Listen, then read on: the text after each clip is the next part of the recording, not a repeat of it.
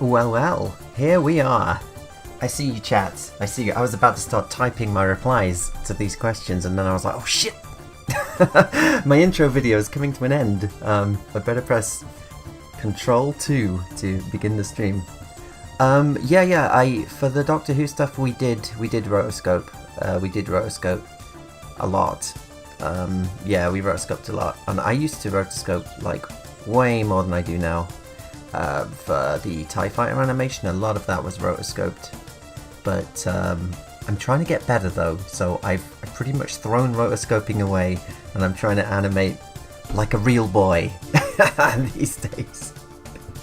Cyberpunk, I love, video popped up on my feed yesterday actually about Cyber City 080808, and I was like, wow, really? Cyber City's actually getting some appreciation on YouTube. Is it nice? Because that's always been one of my favourite anime of all time since, it was released in 1990 in Japan. I think it was like 94, I believe it came out in the UK.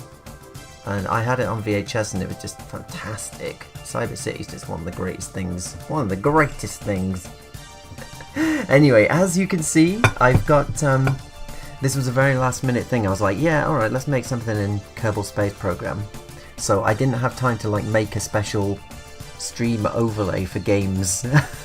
So we're going to have to make do with my animation overlay, unfortunately.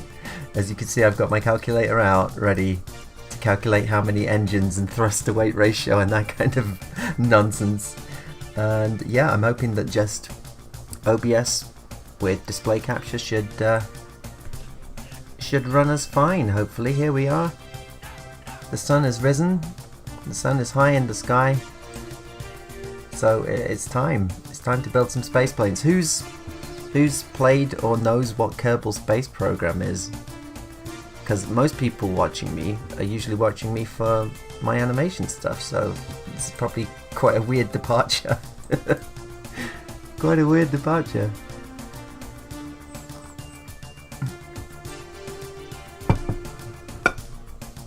Nah, no, it's fine. I'm glad people like the TIE Fighter video. I'm glad.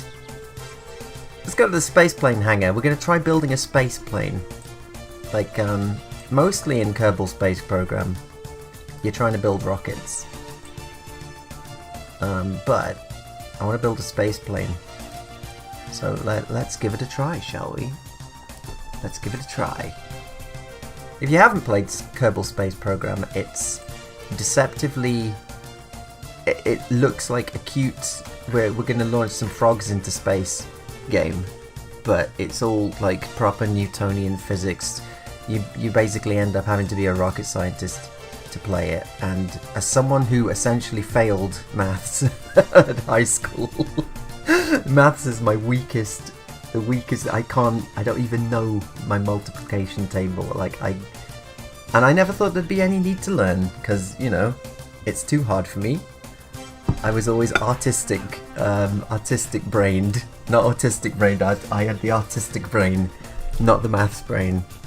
And then you get a game like this where it's all about calculating orbital insertions and transfer windows and thrust to weight ratio and wingspan, like,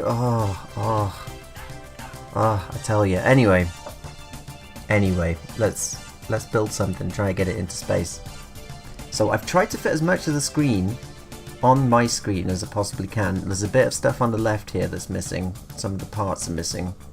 If I move the screen over, you can't see the stuff on the right though, so I mean, until I get myself a decent game overlay, this'll do us. Yeah, you need yeah, space planes are hard because of that thrust to weight ratio. Yeah, it's a good game, but you will spend all of your life on it, is the problem. Yeah, all of the clips in the intro are from various animations that I've worked on, so I mean, bottom left of the screen you should see most of them showing up there. It's just, you know, stuff I've animated over the years, some of it personal stuff, some of it stuff, you know, like the Doctor Who stuff. Anything black and white you see will be Doctor Who stuff that I did for the BBC with Planet 55 over in Australia. Really? Battlestar Galactica. How rare. It is, yes. It is a rare one. So, the thing with space planes is, you build a space plane, and here's my problem, is you build a space plane around what you want it to do. And what I want is something that can get into space, refuel on planets, and go as far as we need it to go. We're building a spaceship for exploring the universe here. So, here's what I'm thinking.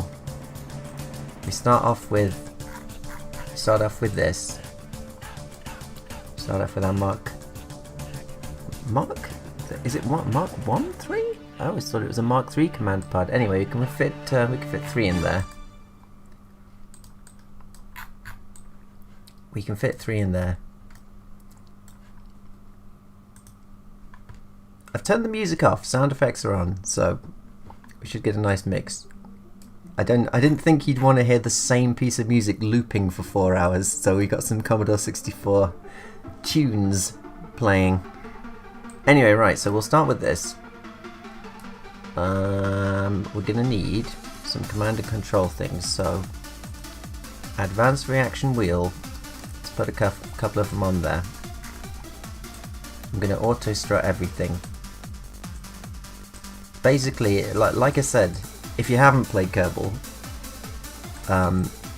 it's kind of real world physics, so whilst you're launching this thing, all of the air forces are acting on it, and it'll just tear itself into pieces unless you basically use these struts here. This is basically like duct tape, and you just kind of lash everything together with it. Or you can, looks a bit unsightly though, so you can just right click and use auto struts. This basically puts invisible duct tape on everything, which helps. It doesn't help a huge amount, but it does help. Yeah. I mean, I've built some space planes before, which I've managed to get to Minmus. But the problem is, you see really beautiful videos on YouTube of people making incredible looking space planes, like beautiful looking things. I just can't make anything like that because I can't go over 100 parts essentially, or it'll just slow down to a crawl. I've seen people making the most huge, massive things. Anyway, yeah, so we've got somewhere for our guys to sit. We've got a couple of control reaction wheels that'll allow us to actually steer the thing. So we're going to need some fuel. What's this? Oh, thank you very much, Whis. This is one problem with playing games, is that as soon as I clicked on the donation to see, it automatically took me back to my desktop. Alright, I've got everything set up, we're fine now. Yeah, thanks, Wiz. I will put that £15, 15 bucks to good use. I'll buy myself some grapes with that. Yeah, Jinro's good stuff. I'd prefer it had more shading. You know, I'd prefer it looked like Bubblegum Crisis, but animation is great. Really good gore. Really good gore. Right, so let's, we're mostly going to want, not rocket fuel, we're going to want liquid fuel, because I'm going to use, to get into space, I'm going to use these special engines. So I think we'll go for liquid. Obviously that's not going to be any good. You're going to get a lot of wind resistance on a brick, essentially. So let's try something along those lines. Auto-strut everything. Auto-strut everything. You can see how much fuel we got in there. So here's the form. It's always form over function. Function over form, rather, sorry. So what we're gonna need is these open bay doors so we can stick things we want in here. And what we want in here is utility science. We need a science lab, a mobile science lab. That'll fit 2, so we can get 2 scientists, because we're going to be exploring the universe. So we need enough facilities for everyone. We've got 3 in there, 2 in there. So we'll want all the science we can stick on there. This is where we start getting problems, like just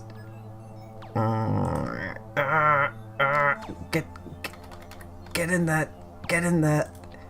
And again, I've watched people making things in Kerbal on YouTube, and they seem to be they get so precise with these things, whereas I'm just having a nightmare of a time. I'm having a hell of a time just trying to get things to go where I want. So if you know of any tricks, let me know. Robotech. I didn't hear about Robotech, but I heard that Macross Plus the movie is getting a release in US cinemas, so they may have actually sorted the license out. Build tiny unmanned probes, stick a bunch of the largest engines with 1 fuel tank, turn on unlimited fuel. Yeah.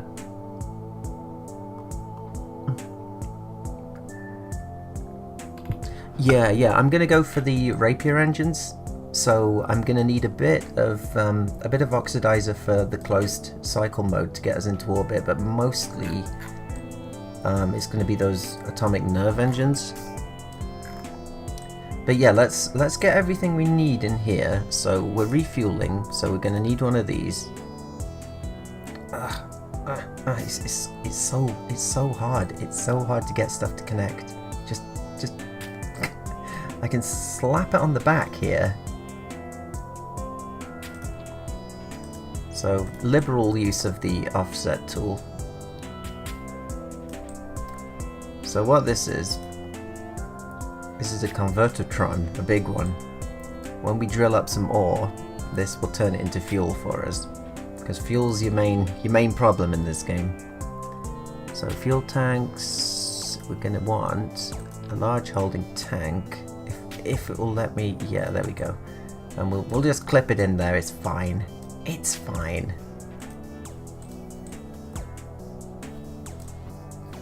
One nice thing about Kerbal is you don't need, like, this ore is where our ores are going to go, but even if our drills are back here, we don't need to connect pipes up to it. It will just He'll just put it in there, you know. It doesn't go that crazy. It doesn't go that crazy.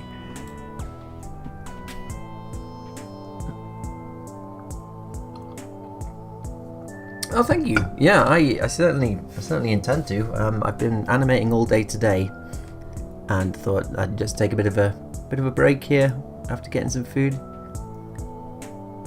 Street Fighter. Yeah, Street Fighter's in the works still. Street Fighter's in the works still.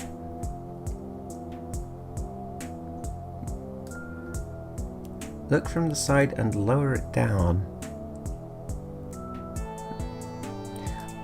But yeah, so right, we got our science, we've got a holding tank, we've got a converter. All the other science we can slap on. We're going to want some, because this is going to be going pretty far out away from the sun. So normally you'd stick solar panels on, but we're going to be so far from the sun that solar panels aren't going to help. So we're going to want some of this thermoelectric generator, which just gives us power without any sunlight. We can just stick a bunch of these on. We'll just stick them there, a few of them. It'll add to the weight, but no, that's fine. That should work, I hope.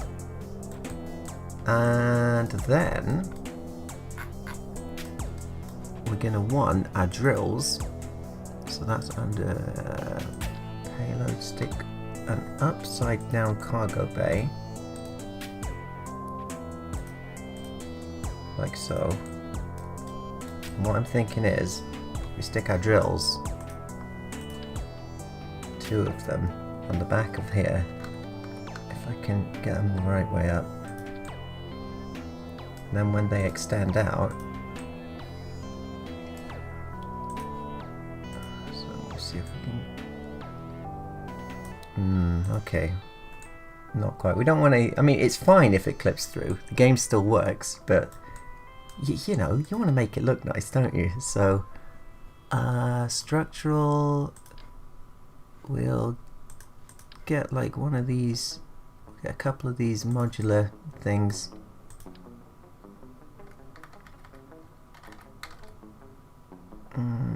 Could you please go where I asked you? Thank you. Almost. There we go. Yeah, that's more like it. Retract. So then when we close that door, that'll work nicely. Nice! Alright. So we've got everything we need. Now we just have to get the wings and everything on it and make sure we got enough fuel. This is where it gets real nasty, I've noticed. Fuel tanks. Liquid fuel. So, I mean, that's... this is going to help. This will tell us everything we need to know, but it doesn't start working until you put an engine on. Then it'll give us all the info we need. So yeah, we'll go for rocket fuel. We'll go for rocket fuel. Fuselage. Stick one of these on the back. The payload. Yeah, stick that on the back there. So normally this would be for if you've got like rovers and things that you want to drive onto the surface of moons and whatnot. I have other ideas. For this. Yeah, the mech one is up next. It's up next after Project Monday, which is the one I'm working on right now. Yeah, with me and Mackie. Mackie is currently, right now, she'll probably be in chat in a bit. Right now she's out buying kibble for cats. So she'll be back. But yeah, so we're working on a sci-fi horror film. Ooh, I love this tune. We're working on a sci-fi horror film that's shaping up to be 25 minutes long. We're about 70% of the way through. So I'd like to say expect that in a couple of weeks, but actually expect that in a few months is what I will say.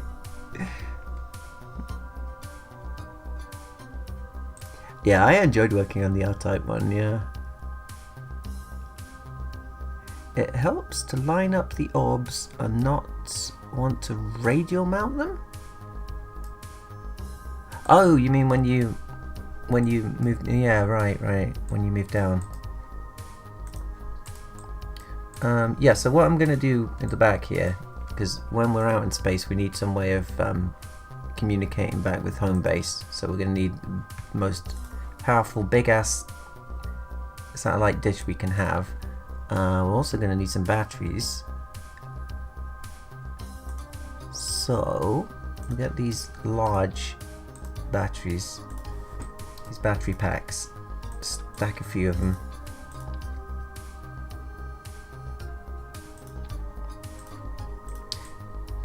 Because yeah, for those who haven't played this game, like I was saying, wind resistance and drag, that's going to be what stops you from getting into orbit.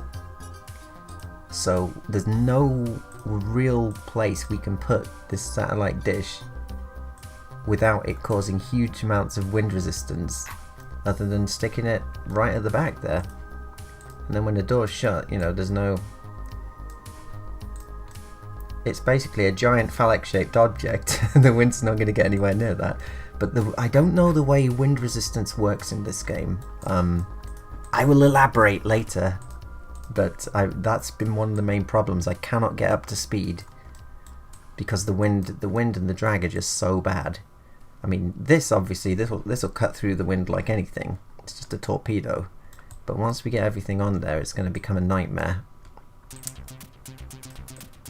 So right, we've got a thing that we want to get into orbit.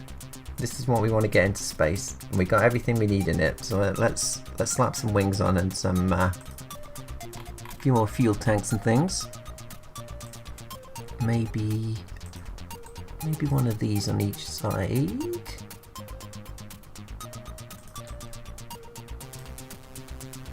We're going to need center of mass and center of lift. It's one of those games where you just, you know, you have to watch a lot of YouTube videos. It's like, rather than playing a game, it's like, it's when you play Stellaris for the first time. It's like learning a program. It's like learning a 3D program or something. You just have to watch a bunch of tutorials on how to play it. Liquid fuel fuselage.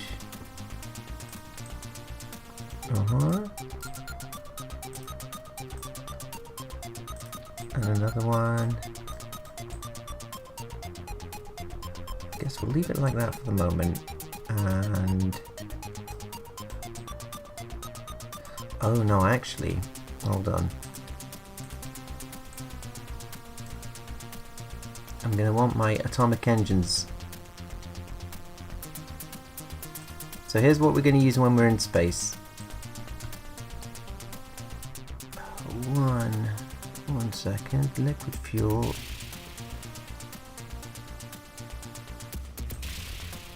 So here's your center of mass, which will be important. Yeah, Stellaris was a nightmare when I started playing it.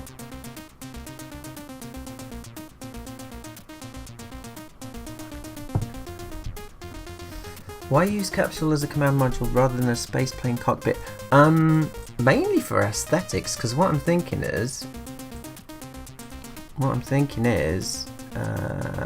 where is it? Payload? Yeah, it's this one, isn't it?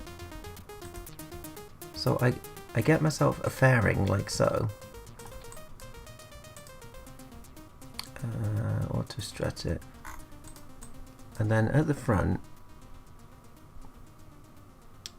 what is it? Coupling. Yeah. So at the front we'll put a shielded docking port so we can dock up with things in space, and you know, refuel and whatnot. We're going to need some docking. And so then we'll build a fairing out of this.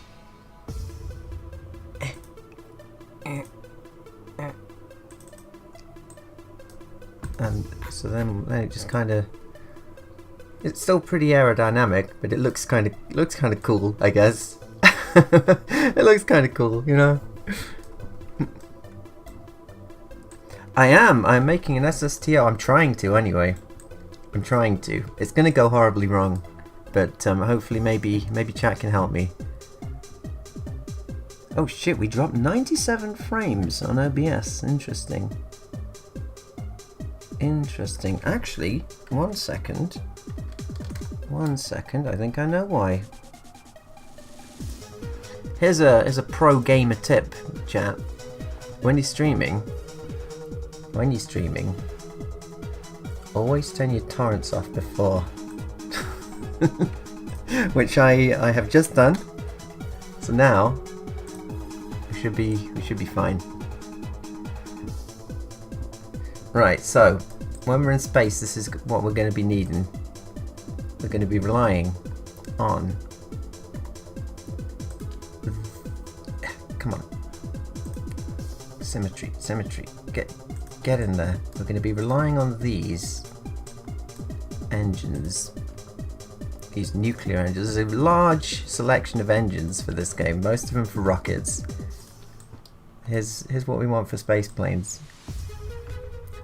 They're really slow, but they're really good. But they're really, really slow. So already we're getting some info up here. So we'll just... Obviously nothing that looks like this is ever going to get into space. But if it did, we'd have 56 minutes of burn time. Which is pretty good. But look at our thrust to weight ratio. It's pathetic. I'm just going to... Again, for those who haven't played the game, you can set up actions with it, which are really useful. So... if I press 1, that's going to activate my custom action group 1. So I'm going to create something with this engine here. When I press 1, it's going to toggle this engine on and off. Which will be important later. Oh, I've not been torrenting anything illegal. Only things that I own.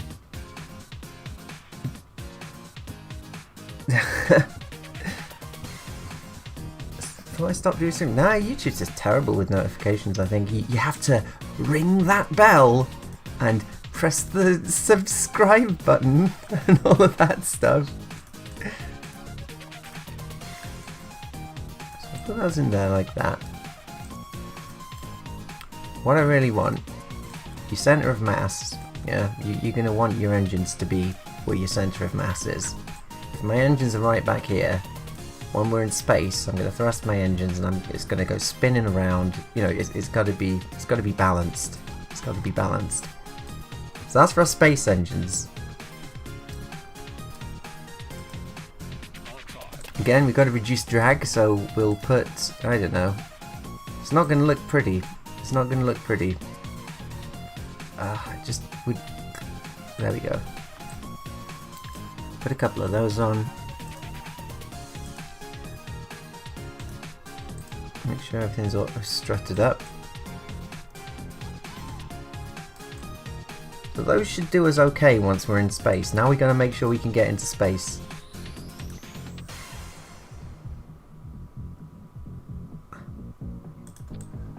Let's start building a monstrosity. A monstrosity. No, I don't think that OVA is ever coming out.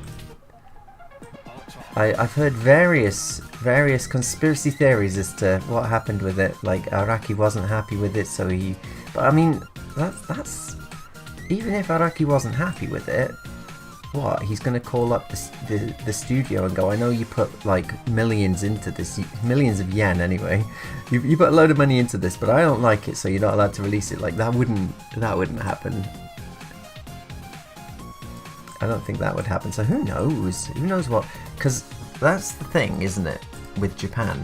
And it kind of used to be the way in the West for a long time. Is that when some stuff goes down behind the scenes on a movie, a TV series, like a business deal, Apple, Windows, whatever. It's mainly stuff going on in boardrooms. You never hear about it. But then in the West now, everyone snitches about everything, don't they? Whereas in Japan, it's still seen as incredibly unprofessional to go spilling secrets that have happened behind the scenes, and so nobody does. So like you'll never know if it happens in Japan. Like you'll never know why it happened.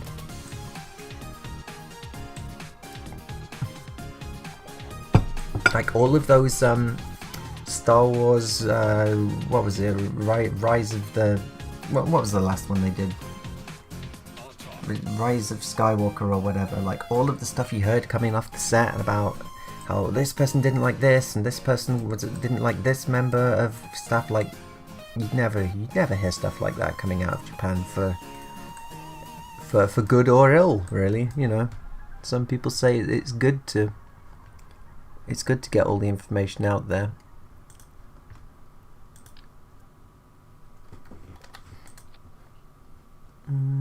Okay, we're going to want some shock intake cones for our Rapier engines.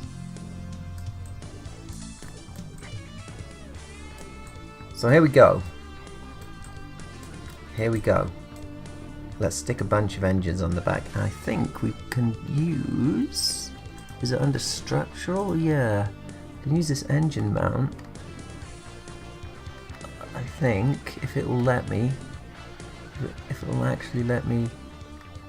Will it? Yes, it will. Okay, nice. We'll just stick a shitload of these Rapier engines. If we can. Will it let me put multiple on? No, it won't. Okay, that's alright. Well, for one thing, let me just set up my action for this. So group 2 is going to be to toggle on our Rapier engines. So toggle, and then group 3 will be for switching modes. Because the thing with the Rapier engines, chat, you're going to be I'm sure you're fascinated by all of this that I'm saying. So they're basically plane engines, yeah. They work in atmosphere. They get air in, they get oxygen in one end via the oxygen shock intake cone, and they give you thrust out the other end. But the good thing about these is you can switch modes. So when you get too high up in the atmosphere and there's no longer any air, you can switch them into like space mode. Basically, like a if you've seen Macross Plus, like the YF-21, the YF-19.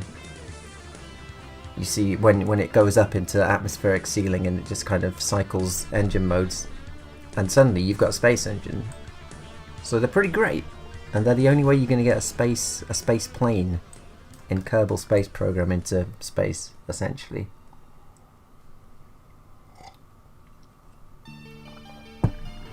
They'll clip, yeah. Yes, I have been to Japan a few times. I lived there for a bit. I did 4 years of Japanese at University of Sheffield, and for the 3rd year you have to be in Japan the whole year. So I was there for quite a while in 2000. Well, I was there for a while. I was there for a year in 2004, and I got quite addicted to katsudon, which is surprising for me because I'm one of those people. That just they just eat food from their home country. That's all they do. You know, those people. Hold on, we're gonna need to liquid fuel fuselage. We're gonna need to build this somewhere where we can actually, because of the I always have problems with the clipping. Alright, would you please dock onto the back of that, please? Come on. I'm sure you can do it. I believe in you, game. This is what I was saying earlier about, I watch people building stuff on YouTube, there we go. And they're just clipping everything where it's meant to, everything just snaps nicely. Like, what are you doing? Are you using some weird development version of the game that I don't have access to? That's never been my experience. Right, Rapier engine.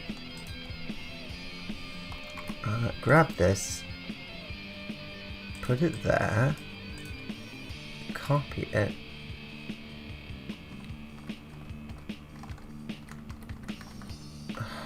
come on,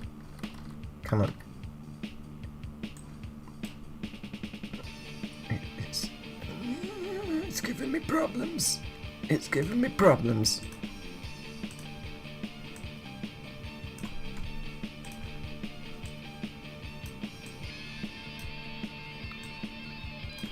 it's a bit of a nightmare building stuff sometimes in this game. By sometimes, I mean all the time. Multiple small structures, points for multiple engines. Yeah, that could work.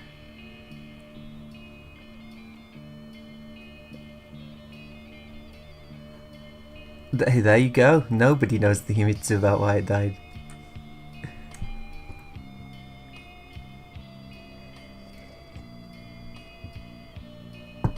You can hold Alt to make parts connect with the green beads. Really? I mean, it probably won't work now because I'm... Oh shit, yes. Alright, well that's going to be very helpful, thank you. I've learned something. This is what I was hoping, you see, with obviously it's not going to get a lot of viewers streaming something so niche like that, but I was like, maybe people who play Kerbal will actually, you know, give me some tips. Maybe you can tell me about the, once we get to it, about how the aerodynamics in the game work. Because here's my problem, yeah? Like, when I'm making space planes, they can't seem to get above 350, I don't remember what the unit of speed is it meters per second, whatever it is, I can't seem to get above 150, so there's obviously, and it looks really smooth and sleek, whatever I build, but there's obviously a load of drag going on somewhere. And I know, for instance, so here's my problem, yeah? If I put this engine on like this, then I move it into place, that looks absolutely fine to me now. There's not, especially if I stick some more things on the front, there's going to be no drag. But I didn't connect it there, did I? I connected it there and then I offset it. So does the game, even though I've offset it, I've moved it about, does the game still go, well, I think it's there, so the game, think this bit is sticking out here, and so I'm going to make the wind connect with that and slow your ship down? Like, is that what's happening? It's confusing. Like, I've heard people say, like, you offset stuff for aesthetic purposes, you can move it in, but it's not going to affect the game engine, like the physics engine. The physics will still think that it's wherever you actually connected it. In which case, like I say, we've got a bit sticking out here now, with a big flat end. So that's really tricky for me, because without any kind of overlay showing you where the wind is hitting, like, I don't know what it is that's slowing my ship down. Anyway, I guess that would work though, wouldn't it? Because that's still behind. So if you put it there and bring it, I don't know if I'm talking absolute nonsense. Hopefully I'm making some sense.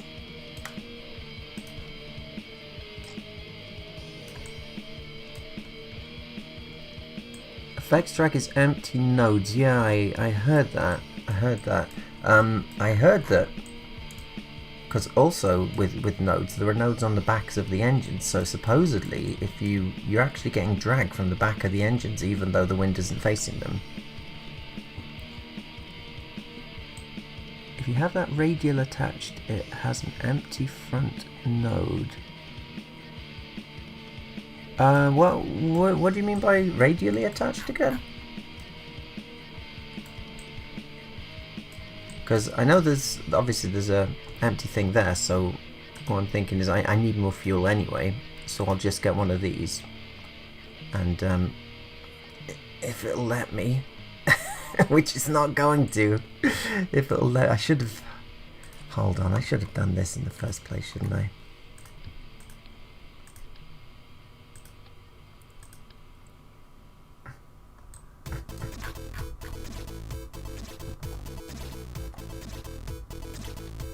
Right, so put that on there, put that on there, put one of those on there, auto strut. So now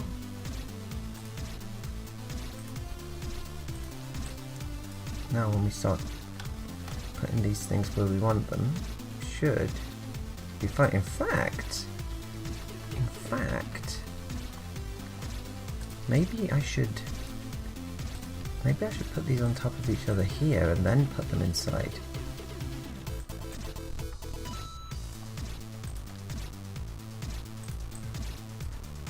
Yeah, maybe this will work.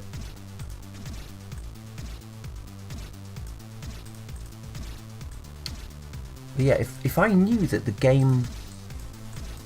I wouldn't have to do any of this stuff. If I knew that the game was actually just going, oh, you've offset it, okay, I'll take that into account, the wind won't hit it then, because it's inside the ship. But I don't know that it's doing that, so I'm having to do all of this stuff.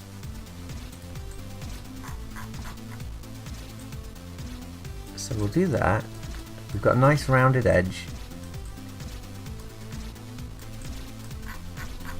We've got quite a few engines. There's calculations you can do for the engines as well, I know, which what my calculator is for. We'll break that out in a moment.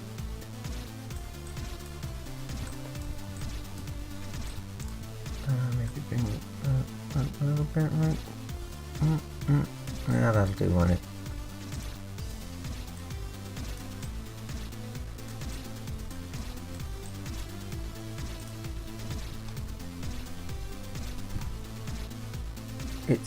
If it's radially attached, it isn't snapped onto a green node. Oh, so you mean like something on the side here, sticking out, like there, for instance.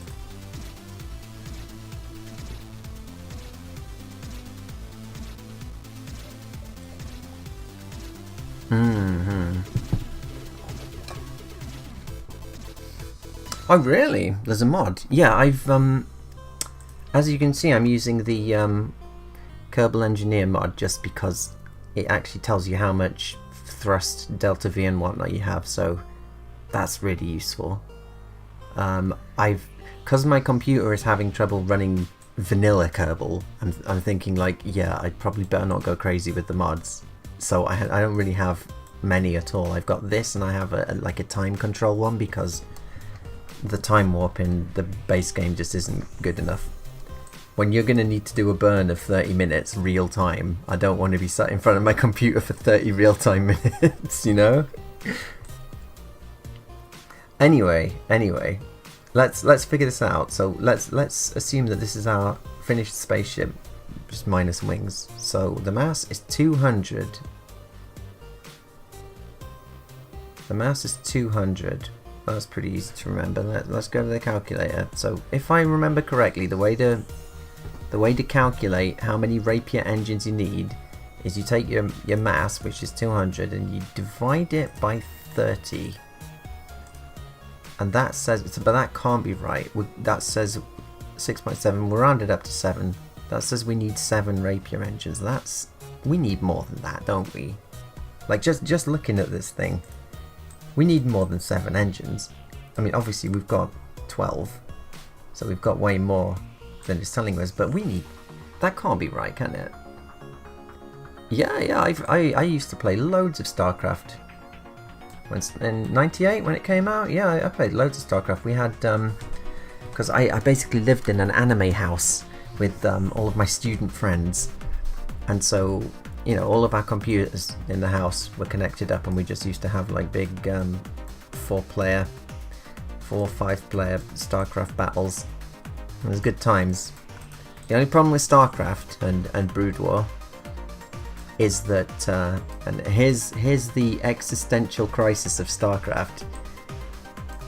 Feeling like winning feels really good. Winning feels really good, but getting your ass kicked feels way worse than winning. So it doesn't add up.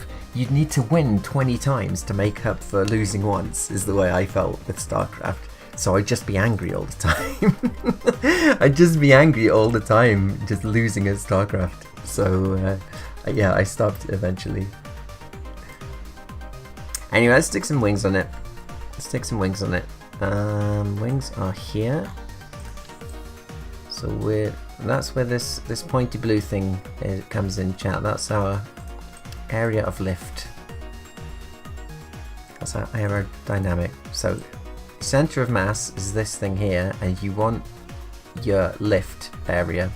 Sorry, I can't remember the real word for it. You want that to be behind, not too far behind or you'll go flipping. But if you definitely don't want it in front or you'll go flipping forwards. You need it just about like that. We can put liquid fuel in these wings. Let's do it. We're going to need a hell of a lot more than 0.39 thrust to weight ratio. To even get off the ground, I think you need about 60. And we're on 39. So we're going to need more engines, but that's alright.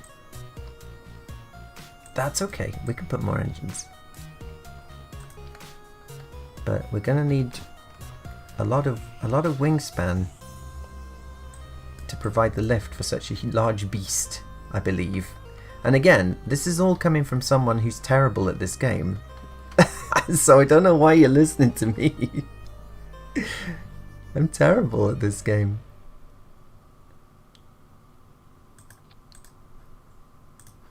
Auto strut, because those wings are flimsy and they're going to fly right off otherwise.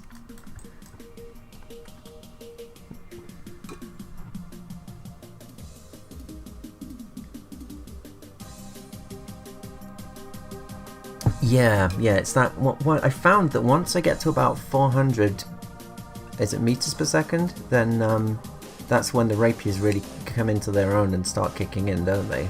It's just. I've had so many space planes where I cannot get above 350 no matter what I do, and it just seems to be a massive drag issue. The wind is just kicking my ass. But I mean, we've built this thing. Nothing's sticking out in any weird angles. Like it looks pretty aerodynamic. So I mean, it should technically be. We still need a lot more engines on there, but it should technically be all right. Anyway, we need some of these elevons or control surfaces to flaps. You know, for flaps for getting us up and down. Flaps for getting us up and down. I said that I've learned a lot from this game, as you can tell. I've learned all the technical terms.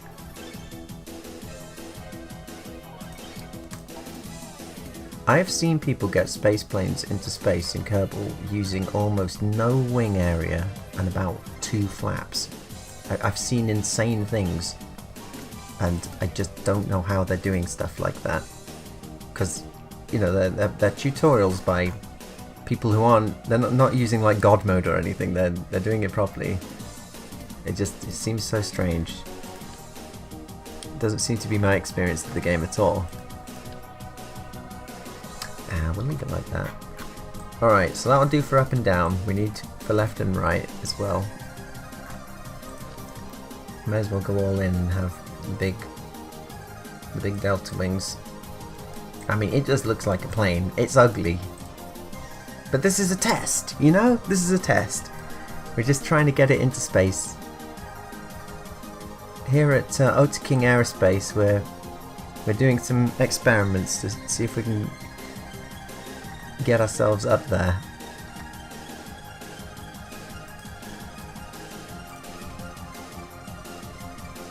I mean, Shatner just went into space, didn't he? William Shatner, we can do it.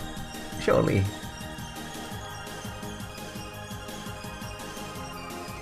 How old is William Shatner? He's really getting on in years, isn't he? And yet he does not look his age at all.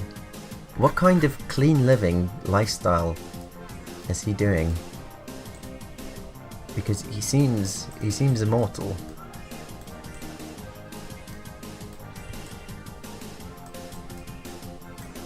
Anyway, that's looking, to my eyes, that looks like it would probably work. Yeah, I mean, it probably won't, but it looks like it probably would. But we need to get this thrust to weight ratio up to about 60, I believe. So we're going to need more engines. The problem is, you know, it's the age-old thing, isn't it? You put more engines on, now it's heavier, so you need to put more engines, now it's heavier, so you need to put even more engines. Don't forget dorsals and wheels. What are the dorsals? Obviously, I won't forget the wheels. The wheels are quite important. Where's my There it is, okay. Don't want anything obstructing the drills.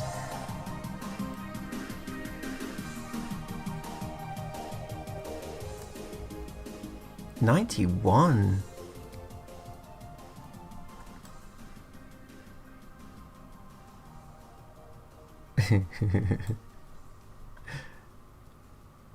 You should totally get procedurals and FAR.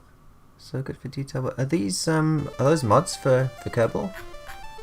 Because yeah, my member, it looks fine. It looks fine in the vehicle assembly bay. Like, it's looking good here. But you wait until we get outside. My frame rate's going to be like 8 frames per second. So I'm worried about especially mods that make it look better. Like, it can't even handle the basic graphics mostly. Right, anyway, yeah, more engines. I guess we're going to need more liquid fuel.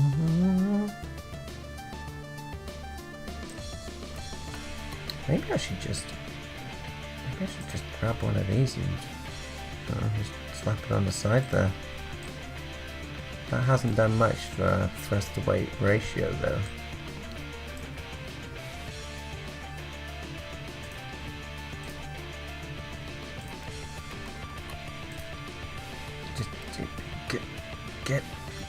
Get in. Oh yeah, holding the Alt key. That's really helping actually. Holding the Alt key is helping a lot.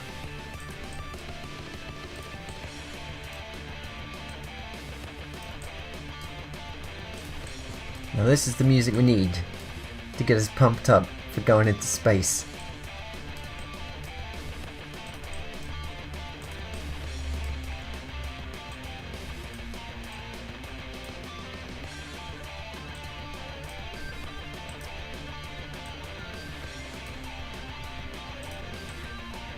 You can get away with some overlap, but I don't want to push it.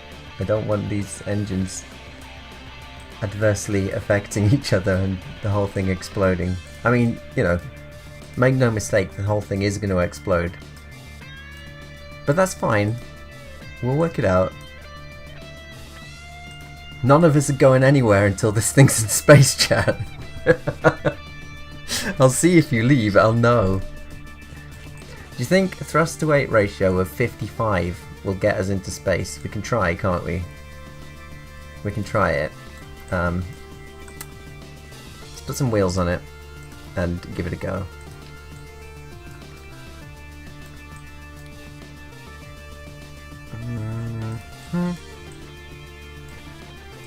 So really you want your wheels behind, your back wheels anyway, behind your back centre of mass.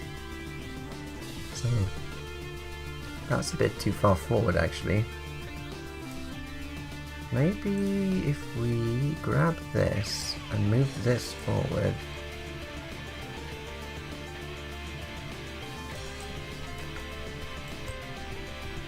Maybe that'll help us a bit. Not with the wheels, but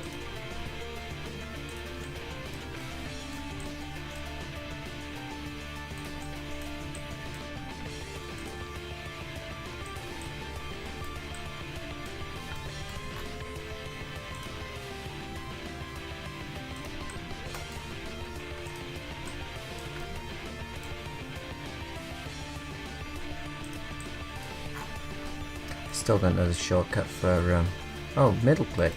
Really?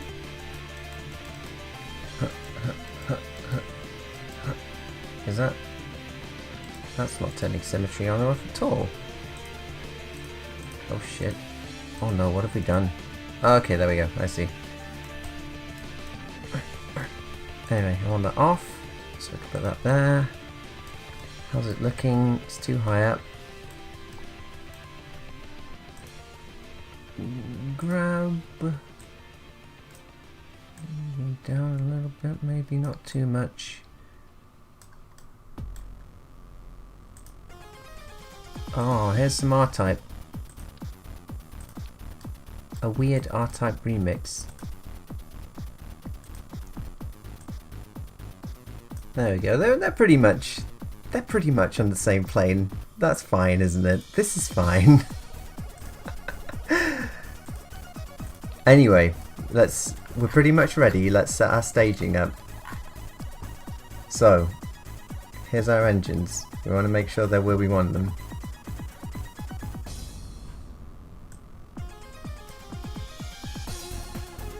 Okay. So all of our nuclear engines are on stage 1. All of our atmosphere engines are on stage 2. And our fairing is on stage 0, which is fine. We're never going to use that. We're going to keep that on. Let's check the engineer report, make sure everything's working. Empty crew cabin, alright, so there's a problem. Missing ladder, we don't need to worry about that just yet. Hatch obstructed, that's fine. And monopropellant. So really the only thing there is missing empty crew cabin rather. Off, go away, go. Crew. What do you mean empty crew cabin? Everyone's in there, look. We'll stick a couple of scientists in our science bay at the back here.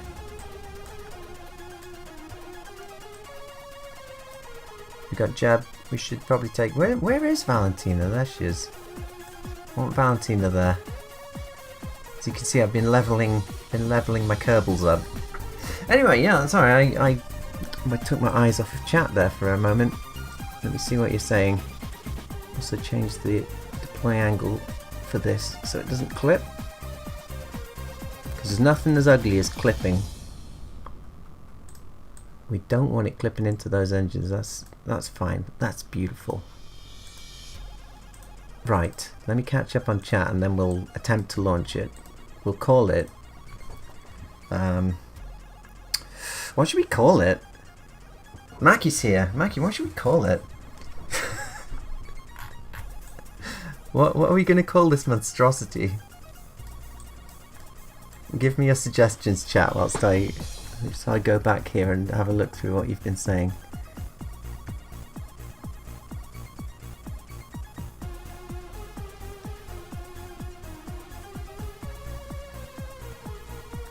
The control surface is jutting out a rough.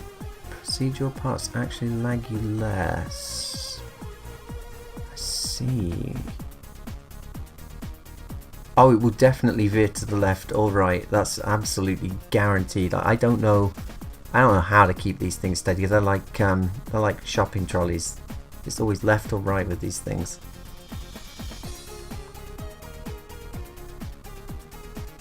Yeah, he did. Makoto Shinkai made, and I mean, he did the music and voice acted it himself, didn't he? Hoshino Koe, I believe.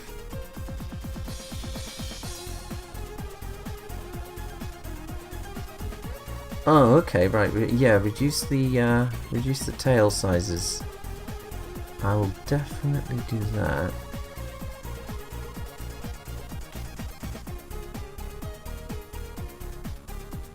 The SSSS. Are we good?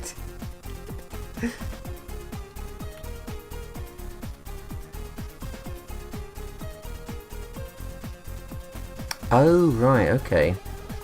Rear wheels just behind the center of mass to make pulling those up. Okay. That's great, Lo-Fi. Oh, that's beautiful. I'm gonna call it the Chin Chin, are we? Let's not. Let's call it. Well, hold on. Move these wheels first. And reduce. So there we go. That's about as far forward as I can shift them. And take those off and go with maybe a couple of these. Symmetry on, please. Thank you. They do look nice. So I think everything is auto strutted up as well. When you're auto strutting, should you go to heaviest part, root part, grandparent part? I mean, I always just do heaviest, but I'm the guy who can't get anything into space, so what would I know? The SS Big Dick Energy. I'm not sure that's advertiser friendly though. The SS Naruto run. Let's call it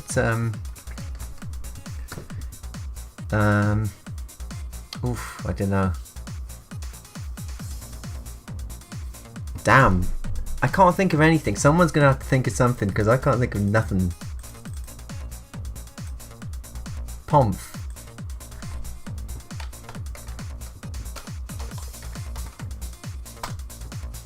What are we gonna do on the runway?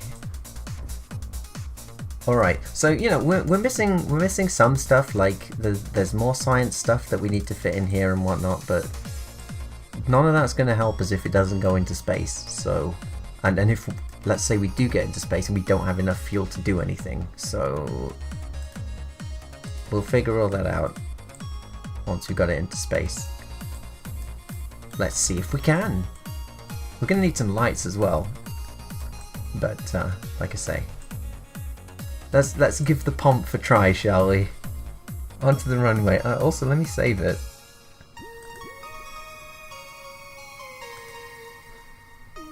Space fingers. Good work. Now I don't know what other people's load times are like, but mine are about 30 seconds of black screen. This could be normal, I don't know. Here we are. So yeah, frame rate's not bad actually. I've turned the graphics pretty much down. I mean you can't see it but so much, but I've turned anti-aliasing off. A lot of the effects are down. Turn SAS assist on. Let me make sure all my engines are correct. Yeah, they're all on. They're all right. Nuclear engines are okay. All right, here we go. Full throttle. Engines on. Here we go.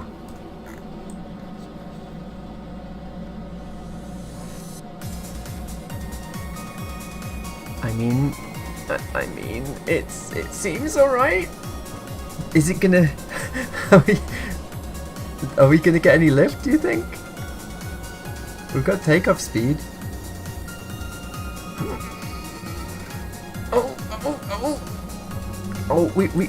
We've got lift. We've got lift. Oh shit! Oh shit! Oh shit! No, it's too heavy. It's too heavy. Oh shit! All right, wheels up. Wheels up. Oh, that was really tight, wasn't it? Anyway, yeah. Let's just focus on building up speed. We'll go as close to sea level as we can. Oh shit! It really needs some little elevons at the front. It's really front heavy. It really just wants to nose down. Oh shit! We're gonna die.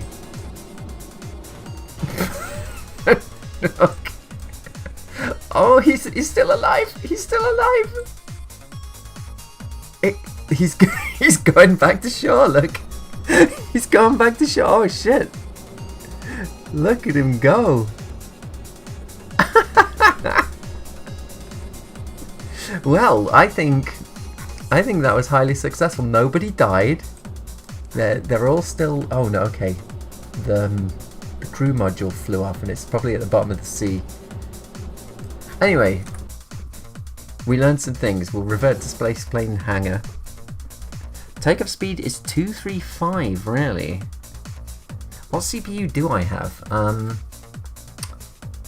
What CPU do I have? I don't know right now. I don't know off the top of my head. Anyway, what that needed, we needed some more lift at the front for something this big. Yeah. Do you think these tiny ones? Do you think these tiny ones will actually do anything? Think that'll work, or do I literally just get some tails like that and stick them on? stick a couple of tails on. Like, shall I do that? I found that it's always kind of, it's very tricky. You can stick a couple of these on, and yeah, you'll get lift, but it might just throw you directly up into the sky if you do that. Rockets with small wings need vertical takeoff. Needs more pitch authority and might also require more wing area. Yeah. So pitch authority is the fancy name for more flaps, yeah? I think. Detachable wing stage. A couple of thrusters under the nose could work as well.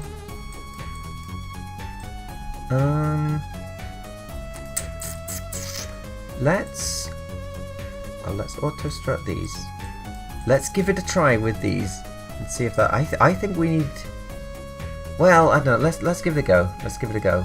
I mean, that thrust to weight ratio, I don't think that's enough. I think we're gonna need a couple more engines.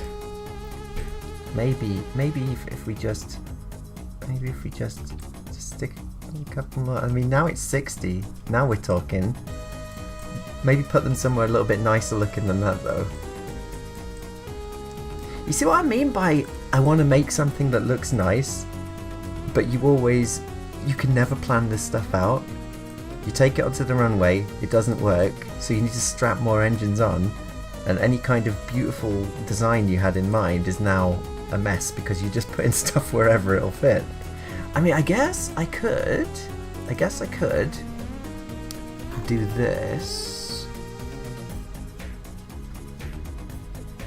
Liquid fuel fuselage, or fuselage as I'm going to call it from now on. We could have put some fuselages on to annoy you, but we don't want it in the way of. Put it down there, maybe.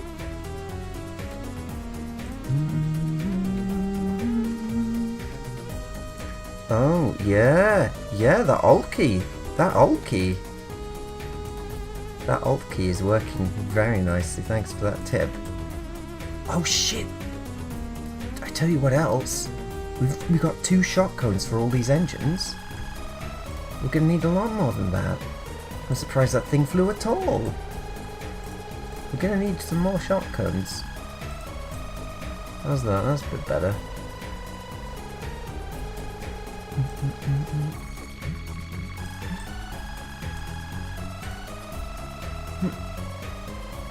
Actually, not that. What I'm thinking is...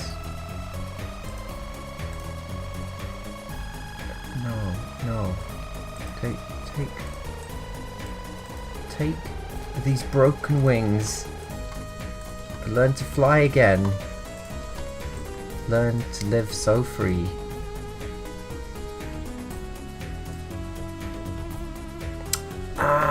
Okay, I'll have to build it.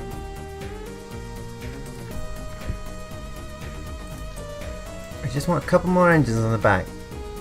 Oh, that alt key, that is a lifesaver. Thank you for suggesting that. There's no way that would have snapped on in the olden days as in yesterday. That would never have snapped on. Just a couple more wings. No. Would you please? Come on.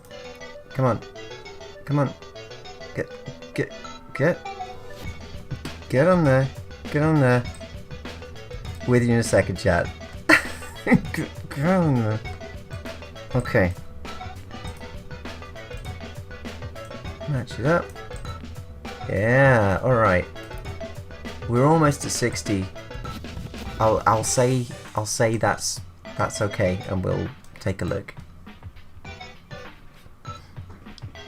There's some winglets that work. A couple of thrusters under the nose. Yeah. Oh, also what I've heard, and I have had minor success with, is if you get the wings and you do this with them, just move them, angle them very slightly backwards, and that helps you when you're flying straight to gain constant, so it's not nosing down into the sea the whole time.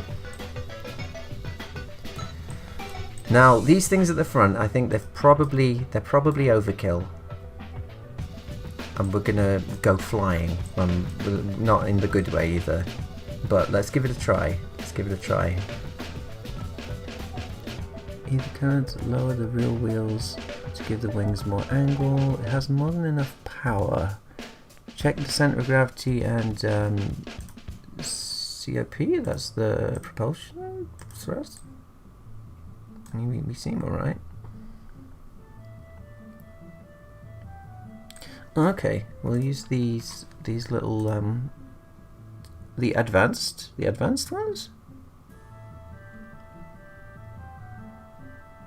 They seem really tiny, or what, like a winglet thing? They look like they're too small to do anything, but I mean, we'll give it a go.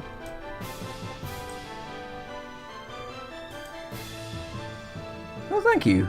You will easily be as skilled as me one day. Easily. Yeah, it's all about that thrust to weight ratio, you know. We gotta get we gotta get it as close to 70 as we possibly can.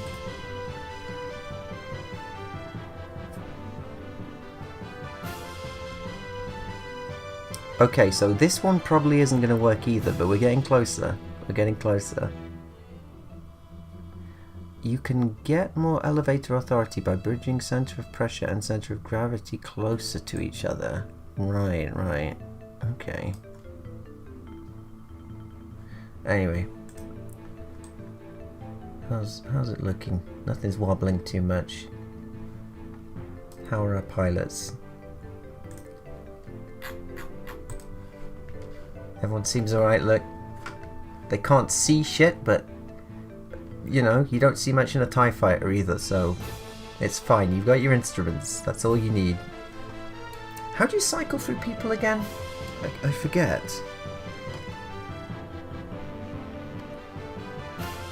Anyway, let's give this a go. This is the appropriate music for this.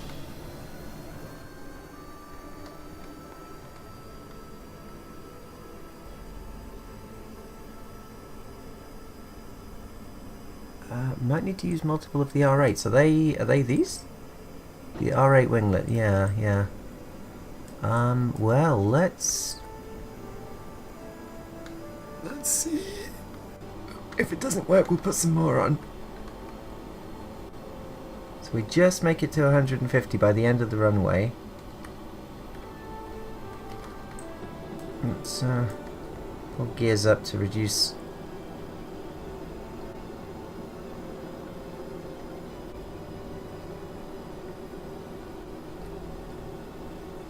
Yeah, okay, so that's... I've got my fingers off the keys and it's holding steady. It's just, can we build up speed now? We are building speed, but very slowly. If it's like other things that I've built, we're going to tap out at 350. But I guess we'll see. The new body engines aren't on?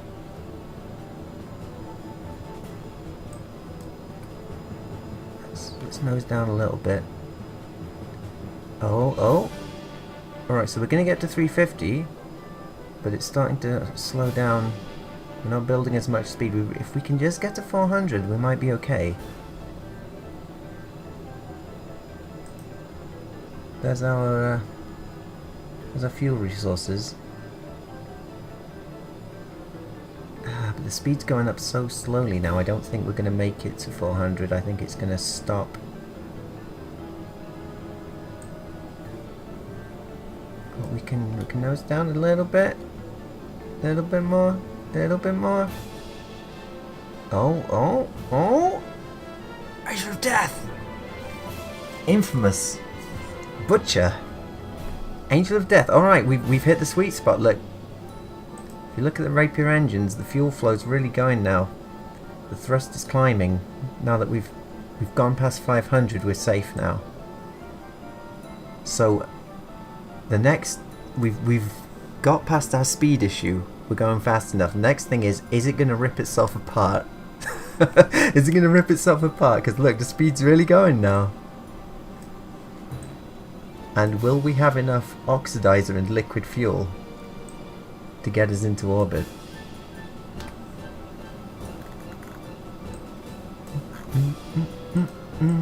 Let's not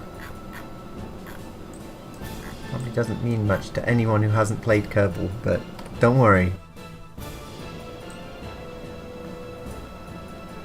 Also, don't worry about us being on fire. Yeah, this is fine. This is normal.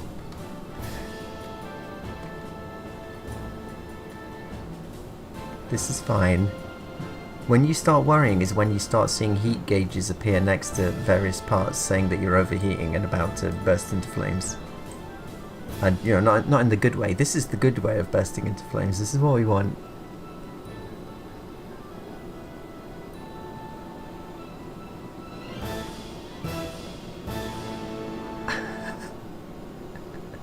Yeah, we're doing remarkably well for speed. I always expected much worse in the way of speed, but let's see if we can. We've got above 1500 meters per second, so that's nice. And when we get to about 20,000 height, then I will switch engines mode. We'll switch to closed cycle.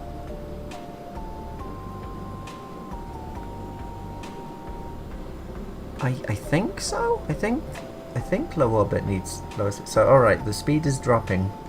So we've maxed out what our engines can do in open cycle.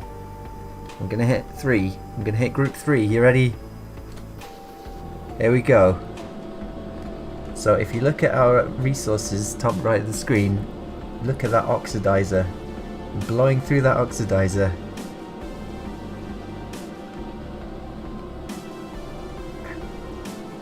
Let's check.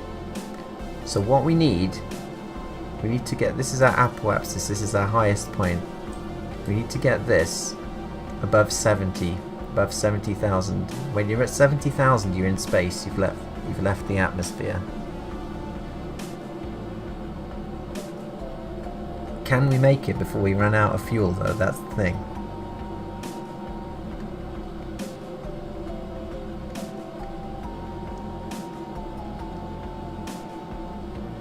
I'm ready to hit stop. I'm ready to turn off the engines when we hit 70. Well, let's say 75 to be safe. Okay. So we'll point prograde. So we're flying right as far forward, like right into prograde. That's where we're facing, and if you're pointing into it, that's the least amount of drag you can have. So now we just ride it up. We just ride it up to here, and when we're here, I'm gonna do a maneuver. Because, you know, currently, as you can see, for those who haven't played Kerbal Space Program, currently we're going to go up to 70, it will be beautiful, and then we'll just start falling back to the ground again. So what we need to do, when we get to our absolute highest point, we will thrust. That will bring our periapsis, that's your lowest point. That will bring our periapsis up. We'll keep bringing it up until that's at 70. And then, when that's at 70, that means you're in a stable orbit.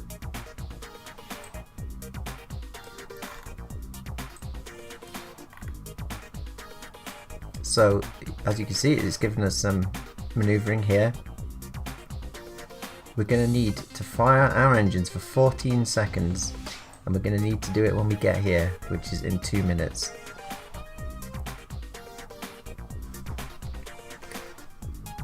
As you can see, we're not quite in space yet. There's still, here's your atmosphere gauge. Until it goes completely black, you're still in atmosphere. So technically there is still atmosphere slowing us down a little bit, just not very much because there's hardly any.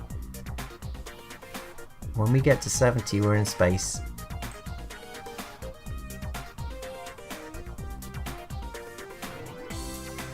Does the thing have RCS? What is RCS again? Yeah, I would have liked to have got to 30,000 before changing modes. But I mean, it seems to work. It seems to work. And we've got, well, we're not going to know for sure until we turn off these engines and turn on our proper nuclear engines. So we don't know how much delta V we've got.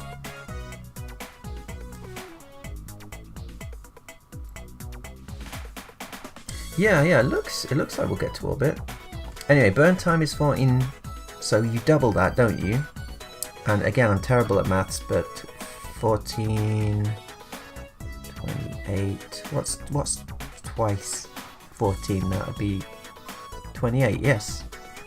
So when we're at t minus 28 seconds, I will begin the burn. Head towards the maneuver node. Those, what is it? Those reaction wheels I put on seem to be giving us some control.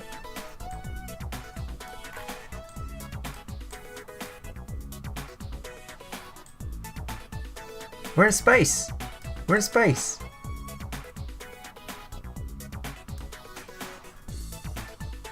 Oh yeah, I don't have any maneuvering thrusters. No, that's what that monopropellant warning on the ground was about, I think.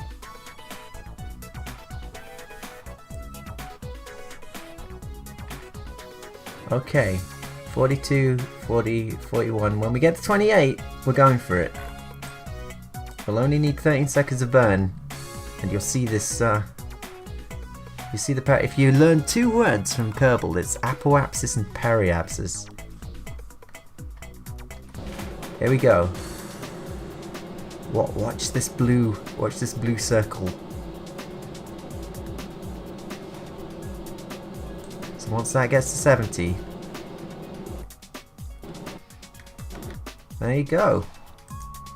Our highest point is 80,000. Our lowest point is 70,000. We are in orbit. We can literally keep going around and around forever, and we will never fall back down to the ground.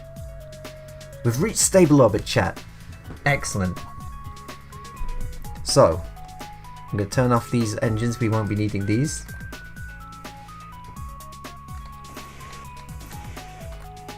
Okay, well, we've turned our nuclear engines on, which that's our next test. Are the nuclear engines at the right point of our center of mass, so that when I thrust with them, it's not going to send us spinning around and around.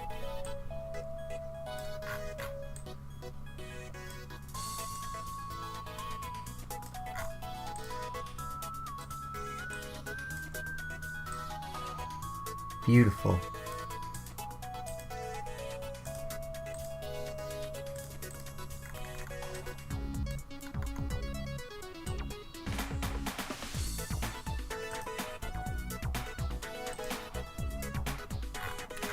I thought we put some people inside here.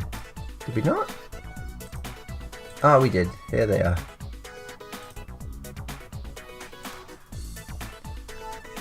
Look at that. What a beautiful lab. We got snacks, we got science, we got experiments. Sadly, they can't see out the window because, well, you can see a little bit of the door, but that's about it. Alright, so now we're in orbit.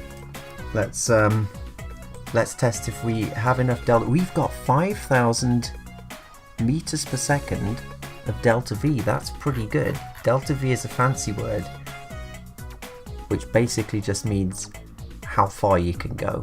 That's what delta V means. I could do the moon, couldn't I? The moon, the mun, but I'm gonna be fancy. I'm gonna try and get to Minmus and land on it and see if we can actually. We can't actually do any mining because I didn't put, because this was just a test, I didn't put any radiators on it. So if we try mining, for those who don't know, so in theory, yeah, we'll land on a planet, we'll extend our drills on the planet, start drilling with them, all of the ore will flow into here, this will convert the ore very slowly into fuel and fill our liquid fuel and oxidizer tanks back up. Hence we'll be able to go forever. But the thing is, if we do that, these drills are going to overheat and die because we didn't put any radiators on it. So we're going to need to put radiators on it. We know we can get into space. We know we can get into space. That has worked. And we know we've got enough delta V to get to Minmus. I mean, maybe we should test it though. Should we test it? Let's test it.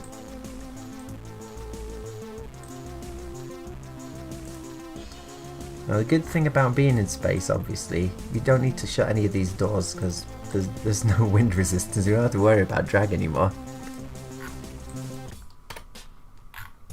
Okay, so there's Minmus. Here's us.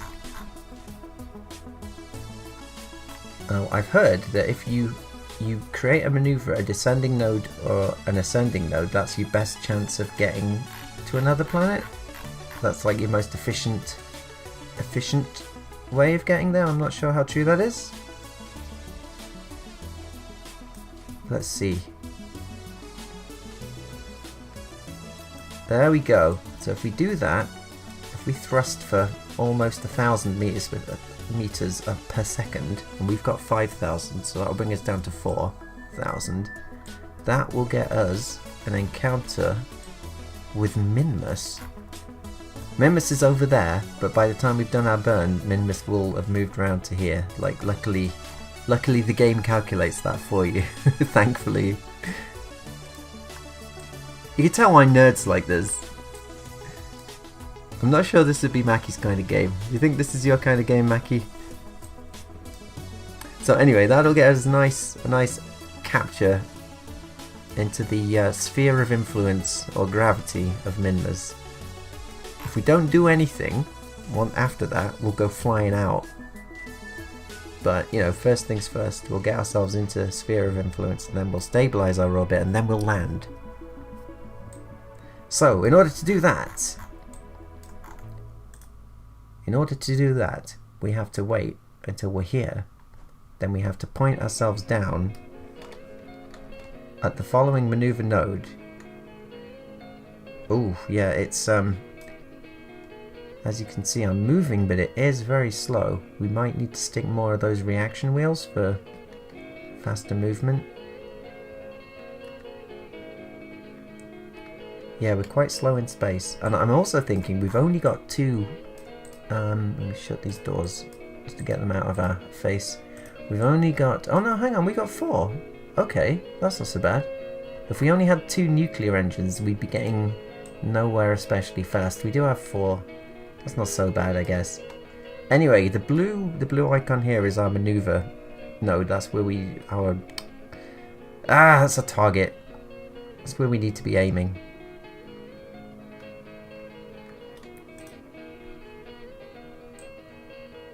And we're going to need to burn for 17 real-time minutes. So this is what I'm talking about with engines, yeah.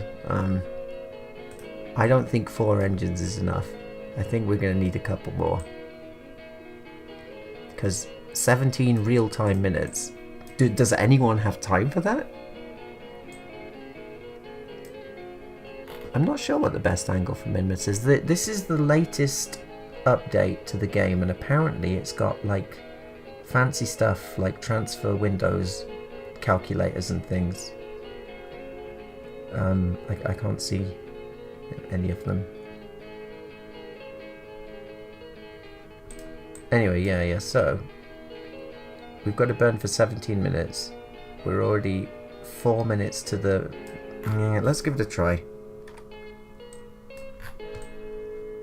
See how it goes.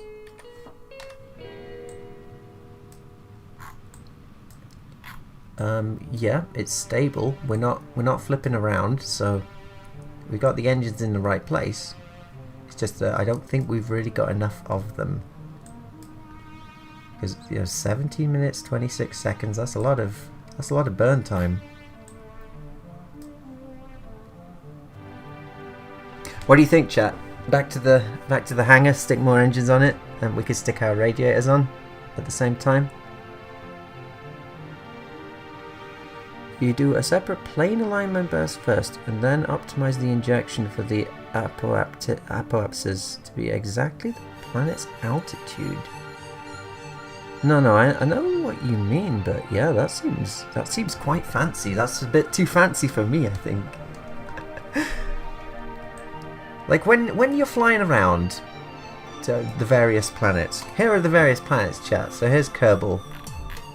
There's the moon. There's Minmus. If you zoom out even further, here's the whole solar system. So there are many planets you can go to. Each of them have their own various moons and things orbiting them. And obviously you ain't going to be getting too close to the sun or you'll burn up. I've never been to Moho. I've never been to Eve. I did get to Duna and Dress once or twice. But it's hard with rockets. Like, that's why I wanted to build something like this, where in theory I can just refuel. I can land anywhere and refuel as long as the gravity's not too high, and then you've pretty much got infinite fuel at that point. That's why I wanted to make a space plane. But yeah, as you can see, we've been burning for a while, and with this much through our maneuver. So I don't know if anyone really feels like sitting here for 15 minutes whilst it does it. Let's go back and stick more engines on it.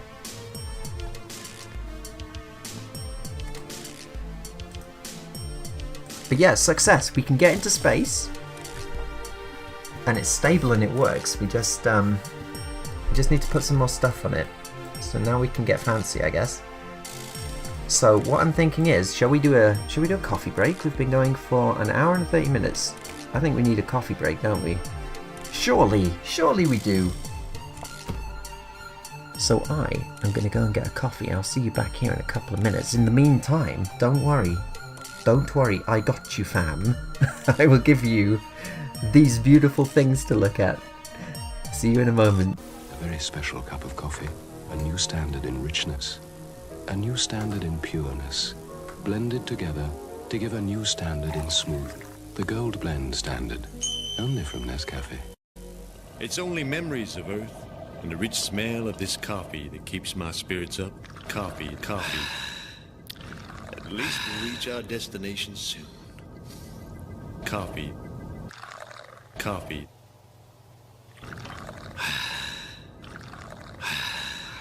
You make a fine cup of coffee. You've made my day. Are you taking your coffee break now, Alan? Yeah, that's right. You want some? Coffee. And I had to go make coffee for two.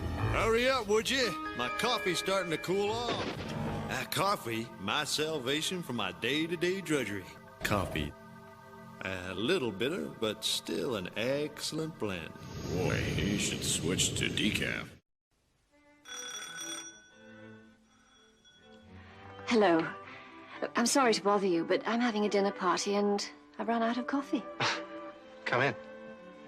Thank you. Will Gold Blend be too good for your guests? Oh, I think they could get used to it. It's a very sophisticated coffee. They have very sophisticated taste. Do they? Yes. Well, I must be getting back. Now, golden roasted, richer, smoother, Nescafe Gold Blend. Have you met your new neighbor yet? Oh, I've popped in for coffee.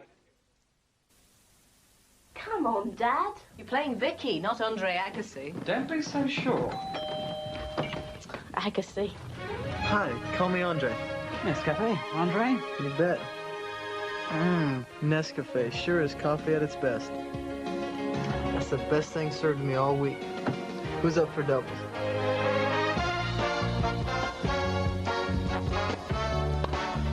Yeah! The best days are Nescafe days. 今結構忙しいんだろ？そういえば例の歌の歌詞はで私はあなたが好き。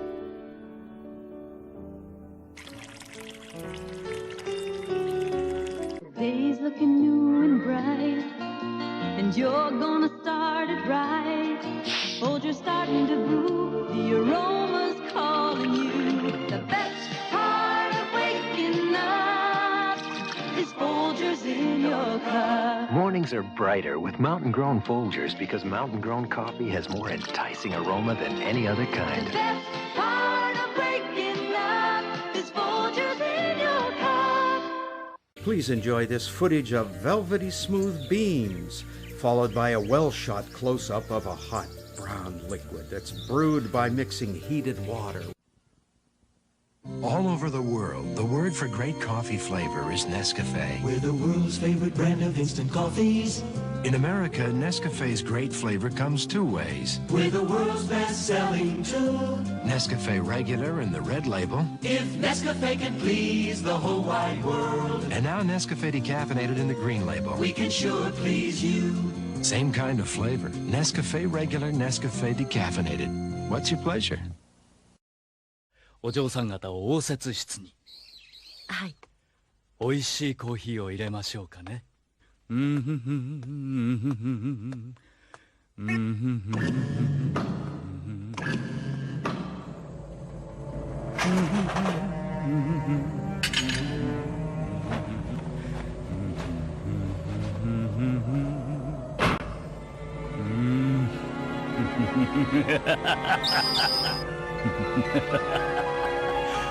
味しいコーヒーができましたよ。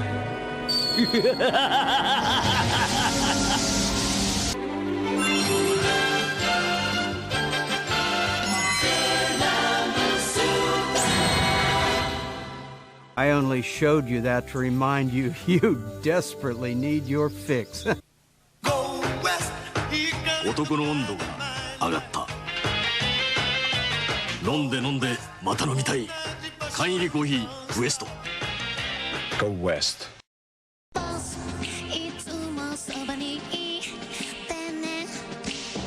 ス、私のそばにいてね。ボス、決して私見捨てないでお願い。ボス、I can't live without you. ボス、I can't live without you.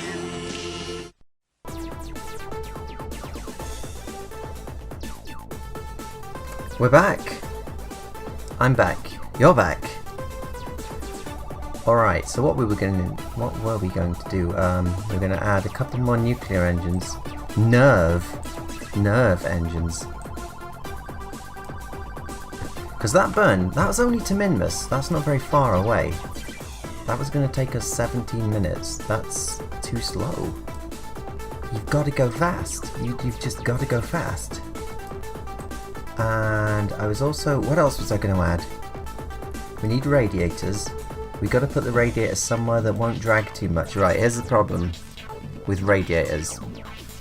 They're bloody massive. Look at these things. They're huge. So really the only place you can put them is somewhere huge. We can't put them in front of our doors. I guess we could put them here. That's obviously going to create drag, so I'm thinking, chat. I'm thinking maybe we'll do something to offset the drag. We'll stick something like this in front, yeah? Oh, how clever. There we go. Get a couple of these, put them on there. Move that down there. Get down. No! No, you! Get down. So that should offset any wind hitting it, surely. I'm hoping it will anyway. And it won't affect... Obviously it's just flat at the back, but the wind won't affect that, will it? Surely. Will it not? Hello! Yeah, we're building a spacecraft. We're building a SSTO spacecraft to get us into space and do all of our exploring that we need to be doing. Yeah, I'm thinking if we do it like that, that's gonna shield these radiators from the wind, is what I'm hoping. Then when we're landed, we extend, because I mean they're pretty big. That's okay because they're far away from anything else. That'll offset all the heat from those drills. Exciting. Just in case, because I'm, like I said, I'm not sure how the Not sure how the drag works in the game engine. We'll just stick a couple of these on the back just in case. I don't know if it'll do anything. It'll generate a teensy amount of drag. Yeah. Curses! Hopefully it'll be alright. Oh yeah, that's right. I wanted a couple more of these reaction wheels so that we can turn faster as well. Where to put them? I guess we could just put them there. Just put it there like that, and if I really don't want it showing that much, I could just offset. Just do a bit of cheating offset like that, so it looks like it's all part of the same whole. Nice.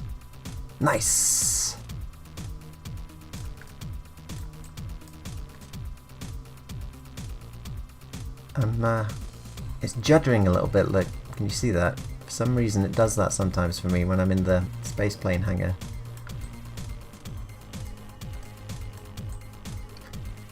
Anyway, let me just check my action groups. So group 1, yeah, okay, I want that to be group 2 actually. Group 3 switches modes. So when we press 4, can we have it so that 4 extends these? So when I press 4, it's going to extend the radiators. Can I have it so that it also opens the doors? Or can it not do that? Yes! Yes, you can. Alright. So I press 4. It opens the bay doors. It extends the radiators. It's also going to extend these drills.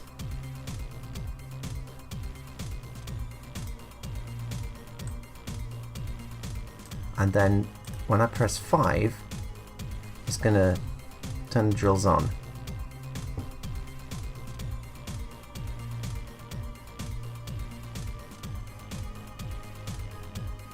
Toggle surface harvester, yeah. Okay. And as for the actual ore processing into fuel, I'll click on that and I'll do it manually. Also, what happened here?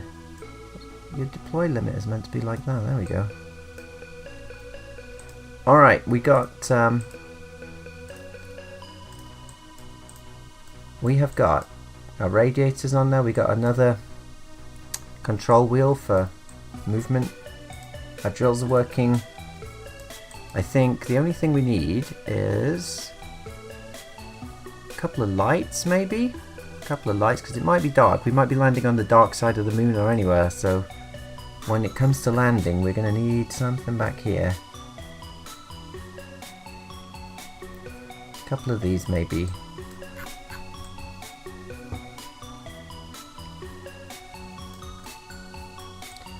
And do you think we need...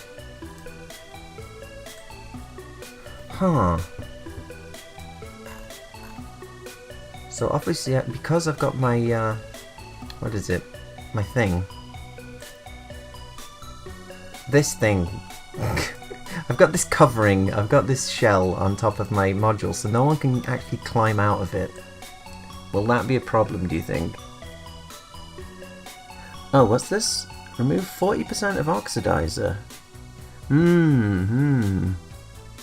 Yes, I've played quite a lot of Stellaris actually. The trouble with Stellaris is it's really fun at the start, and then I found that it becomes very samey by the end. Very, very samey.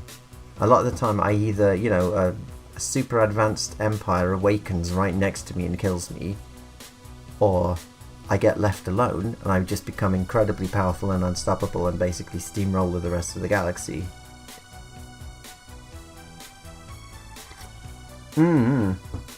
But no, you're right. Let's remove oxidizer just a little bit. Maybe not. I mean, it certainly gives us 1 extra decibel point of thrust weight ratio. Should I remove more, you think? That'll give us up to 59? Is there anything else fancy we need to put on here, do you think? Now that we know that it technically works, so we're just doing fancy stuff now. What else do we need on here? I mean, we could put more science in the science bay so we can perform more experiments. Our guys can get out of here and oh yeah. Ah, but they can spacewalk over to the Science Junior. If I want it to be like, you know, I could put some of these on and they could climb down there. In fact, I will. What the hell? I'll do it.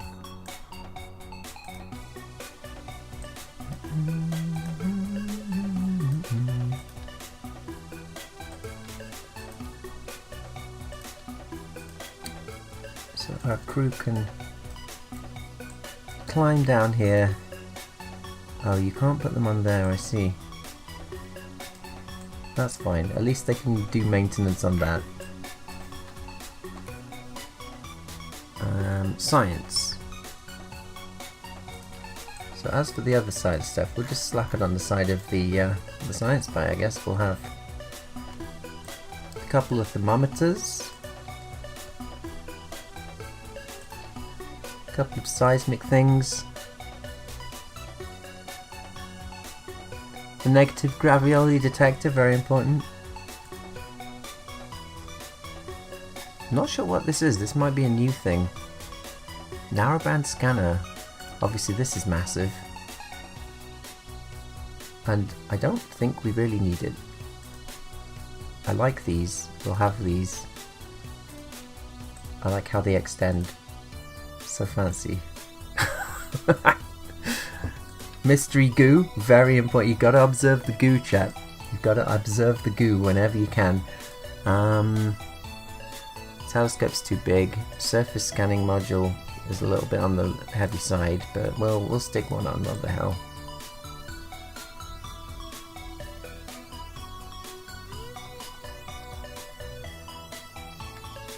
Maybe ladders, yeah. I mean, so here's the thing, yeah. So because we've got our, I must remember the name.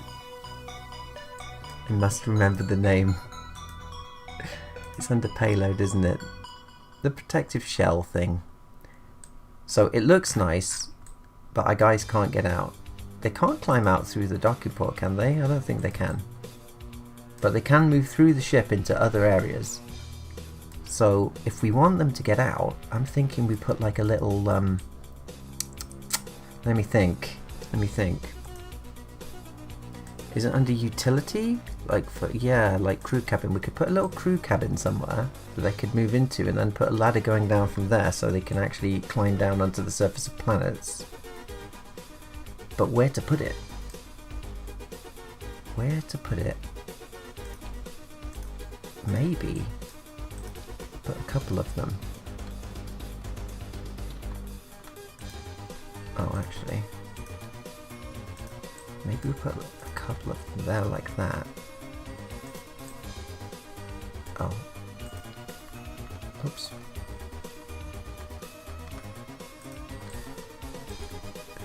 Check that hasn't messed our centre of gravity up too much. No, that seems alright. So then we can get our guys to go from there. We'll move through the ship into here. They can also, you know, we could take passengers up for more money. We could take some contracts to take passengers around. And then we'll get a ladder.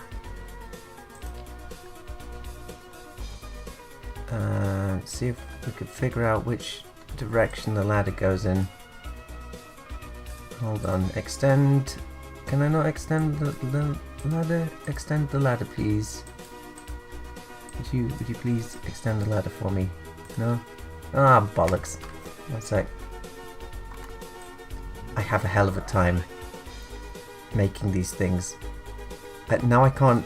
Oh, I can. Right, one moment. If I can somehow, if it will just let me click on it, and it won't let me select it at all. Look,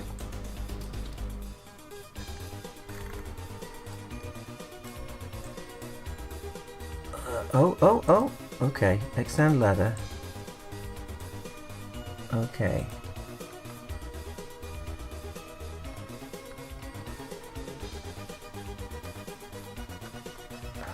I can just rotate this right. Yeah. Okay.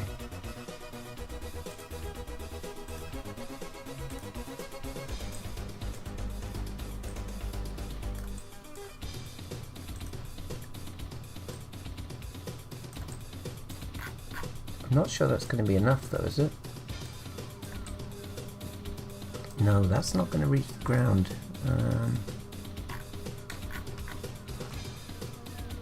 Let's say we're there. It's not going to reach the ground. We do need it to reach the ground.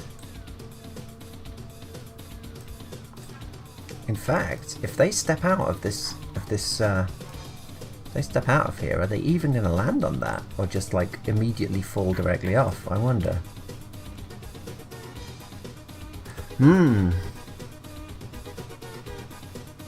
We require more pylons.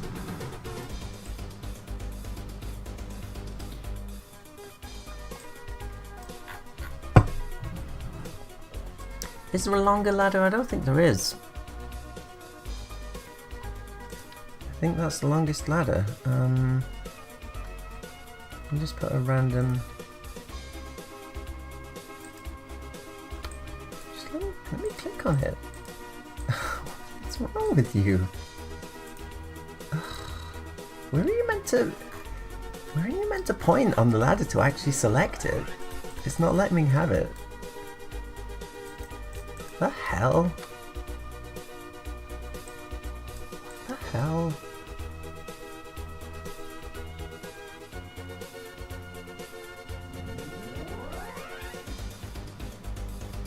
Yeah, so that is the big one. This is the smaller one.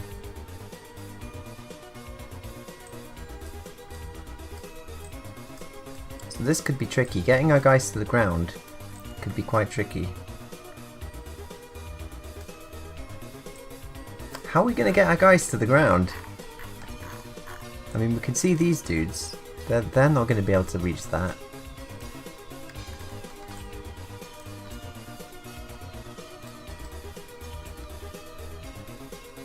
You can retract the front chassis and it'll be okay. I'm not sure.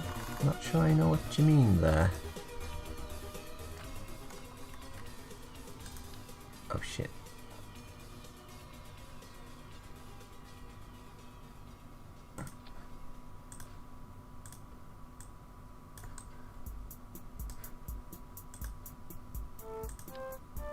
Bollocks.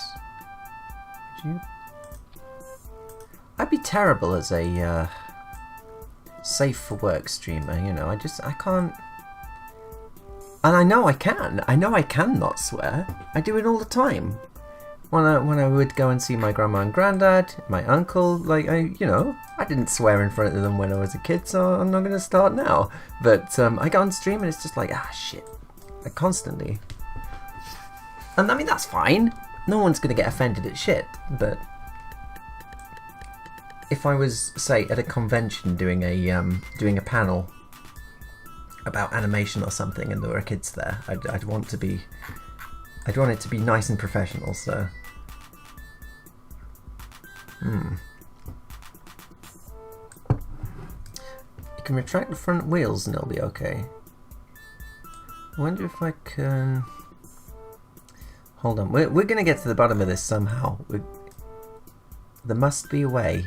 There must be a way of connecting two ladders together. I mean, if... It would create a lot of drag, yeah, but... Technically, I could just slap some of these on.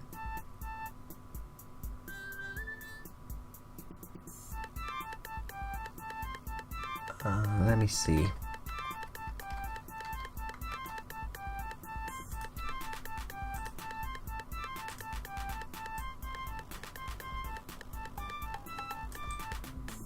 So I could do something like that, and then have another ladder at the side. And two of them going down, then you could reach the ground. But I don't like how it sticks down like that. I think it's ugly. Oh, hold on though. We can make this aesthetic, can't we? What if we went for something like that?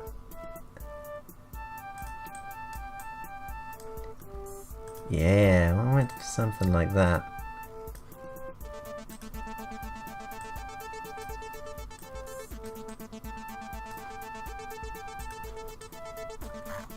And then we grab this, duplicate it, put that on there.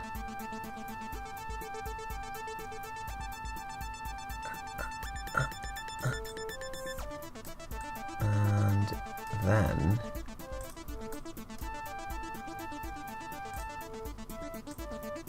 this is the kind of fiddly stuff that you really shouldn't be streaming, I imagine. Oh, it's not gonna reach. It's not gonna reach, is it? Hold on. Let's try a fresh one.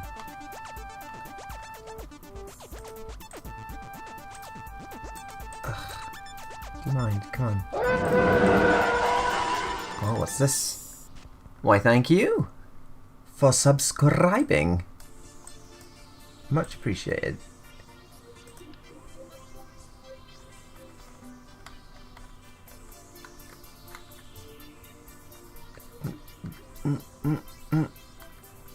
Damn, it's so hard. It's so hard to get it to do what you want. Okay. Right, and then just let me grab it, yeah. Oh, it won't let me move it out enough. Oh, we were so close. Maybe we'll give up on this ladder idea.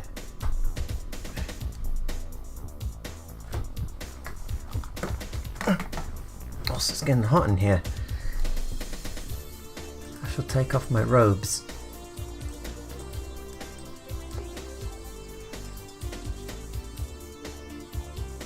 I mean, I guess you could, if it was just a bit longer, I could do something like blah blah blah blah and move it out. Oh, alright, not like that. Move it out on the so and so axis, and you know, you could have a ladder going down and one coming out of 45 degrees and work it that way, but nah. Let's forget the whole thing. They can just backpack down to the surface and then backpack back up to the surface. It's fine. So I think, unless anyone has anything that we've missed that we need to put on here, or even would be cool to put on there, because, you know, trips into space take a while, so if you got any ideas, say them now. We've got maybe, no, I think our wheels are about right, yeah, and our thrust to weight ratio is better than it was before. Now we took the oxidizer fuel out. Pomp is ready, I believe.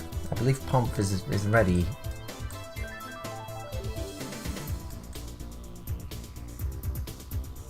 So the only unknown factors are, do we have enough of these reactors to power our drills? Should we put, because we do have some batteries for storing charge in the back, should we put a couple of solar panels on just in case? I wonder.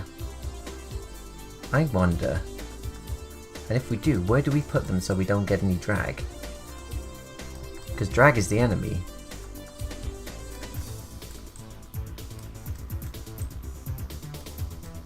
That's what we should have called it, the USS Drag Queen, for its phenomenal amount of wind resistance. What I really want, speaking of belly landings, what I really want to do is like stick a couple of engines pointing down so you can do a vertical takeoff and landing on the moon and whatnot. But I just don't think we got the real estate for it. I mean, we've got places to put them, but I think it would make it too heavy. I think it might have to be the old-fashioned... Oh, speaking of which, if we're going to land ass forwards, maybe it's a bit too... Oh, I don't know. You know what I mean? Are you thinking what I'm thinking here? Like, if we land pointy bit first and then try and flip the... No, I'm overthinking it. Right, to the runway. To the runway.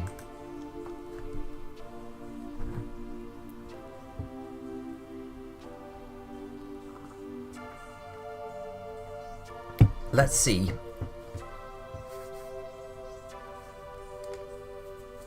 Did I... Hold on, the whole point of this was sticking more nerve engines on, wasn't it? Did I actually do that? I did, didn't I? Yes, I did. No, I didn't. I didn't. We've only got 4. We were going to put a couple more on. That was the whole point. Well, shit. Alright. We needed a couple more engines. Oh, that... Yeah, we need a couple more of these nerve. What was it in Nadesco? Martian successor Nadesco. It was Nurgle, wasn't it? They worked for. You got Nerve, you got Nurgle, you got a couple of others.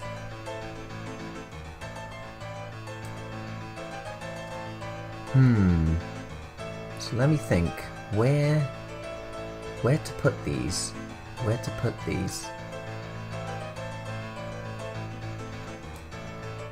Wait, I could put another couple directly on top, but wouldn't that throw our balance off, is what I'm worried about. Would it though? I mean, will that send us forwards? Will that send us rolling forwards when we turn them on? I think it might. If we're gonna do it, I think we have to do it symmetrically. I think the only way to do that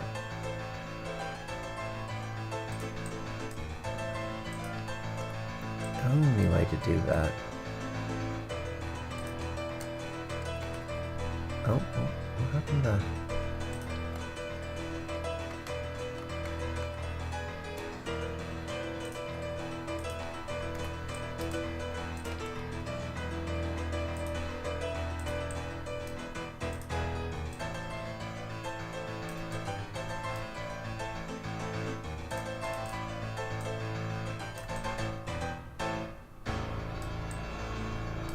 Some dramatic piano there for your delight and delectation.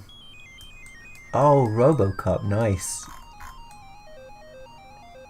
Very nice.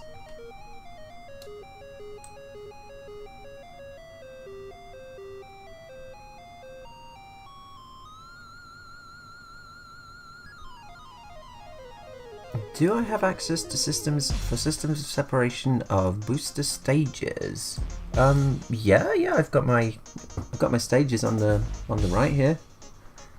But I mean, there aren't really any stages. There's just your nuclear engines for space and your rapier engines for in atmosphere, and I can turn them off with the 1 and the 2 keys. Indeed, yeah, it's STO or death.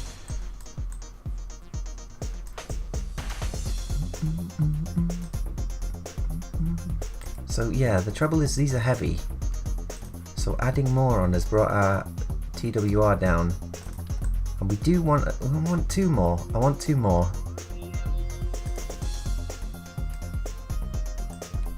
and they will not be pointing through these engines, so we don't explode into a ball of flames. Let's see if we can sort that out.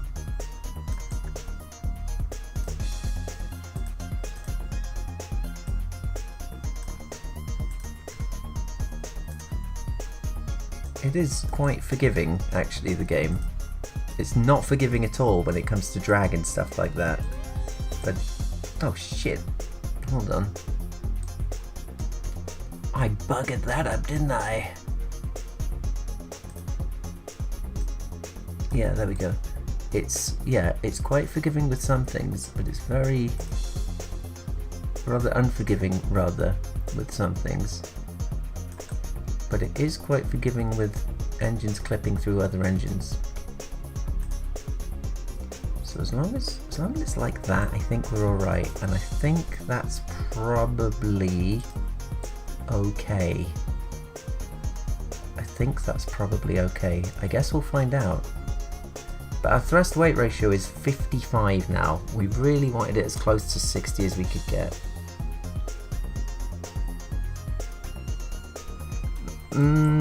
Yeah, it might be too heavy. Yeah, that's the problem. It might be too heavy. We'll, yeah, I guess we'll see. Just make sure they're all on the same. Oh shit! What?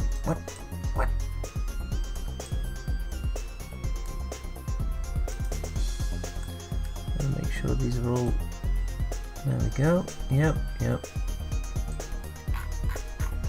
So I guess the question is, 2 more engines to bring our thrust weight ratio back up to 59? Maybe 2 more? Maybe 2 more.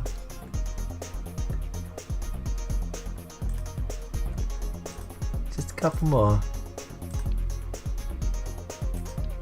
I wish when you grab something like this and move it, I wish I could take this back part off, but you can't. You can only move the whole thing or nothing, it seems. I can select the back bit. Yeah, that's annoying. Maybe not though, maybe not. So if I slot that into there and replace the nuclear engine with the Rapier engine, what does that do for our thrust weight ratio? It's on 54 now. Now it's up to 58. That's pretty decent. That's pretty decent. So let's just see if I can actually select this. Yep. Ooh, I think we might be pushing our luck a bit with the clip in there. Or are we? Do you think that's alright? Will it let us get away with that? I mean, maybe? Maybe.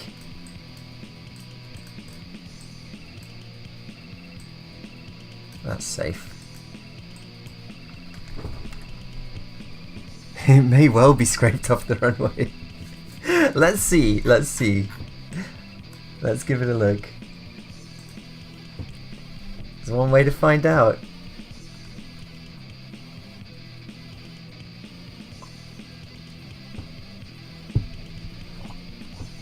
I didn't check my staging before we launched. We'll do it on the runway. Alright, so 1, 2, 3, 4. So we've got 8 nerves. That's pretty decent when we're in space. Yep, everything is correct. So let's do it. Let's see if we can get off the runway. Here we go, boys.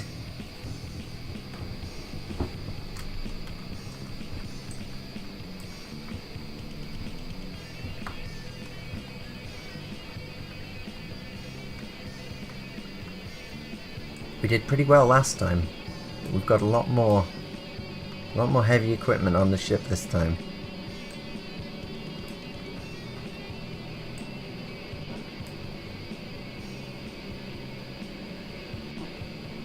Oh, we're not even going to make it to 150, really?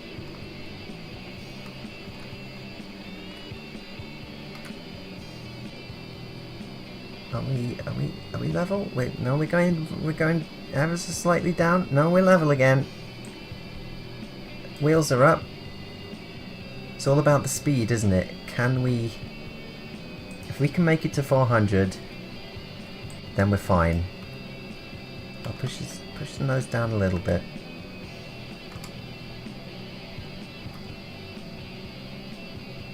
Okay, now we're going way...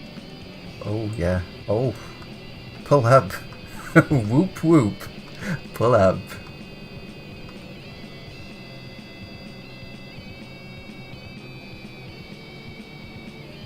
So I'm very concerned that we're not going to make it up to speed. That's always my biggest problem. Also, you can really see that. What is our frame rate? Hold on. We're a mighty 8 frames per second. Beautiful. That's pretty good for me. That's pretty good for me. Yeah, we're at 361, 362. We're not going to make it to 400, are we? I'll squeeze everything I can out. I'll nose down and just head directly at the horizon and see if that'll help us.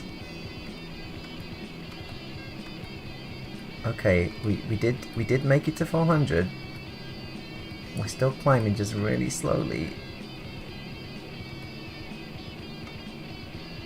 If we can get to 450, I think it takes care of itself at that point. Yeah, we're going. We're going. We're going. We're going. We're over 500. Look, beautiful. I'll just sit here and sip my coffee whilst we go through the sound barrier.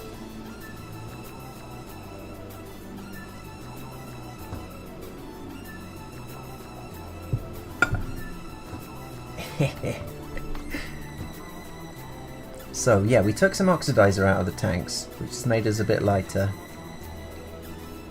as you can see in the top right of the screen there. It looks like we've used some oxidizer. We haven't, we just took it out of the tanks.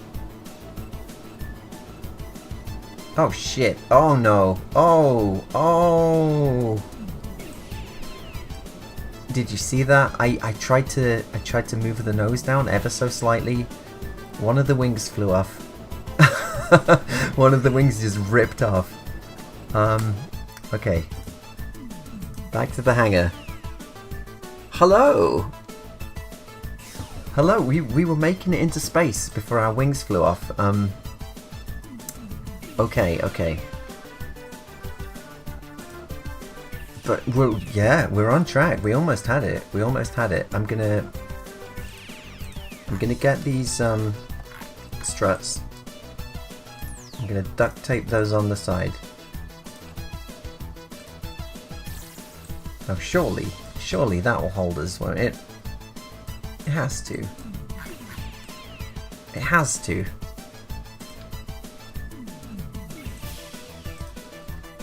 A couple more. Don't want to go too crazy because we're already at 209 parts.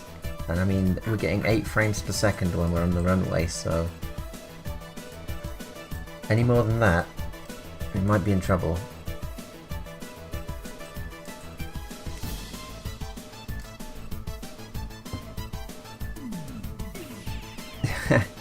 Indeed, yeah. Damn, yeah, it really just ripped those wings right off. And I've auto-strutted them and everything, so I'm not sure what was going on there. Do you think we can take more oxidizer out? I wonder.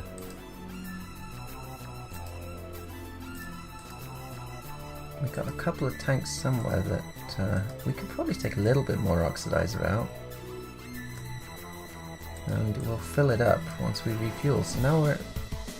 Yeah, alright. Here we go.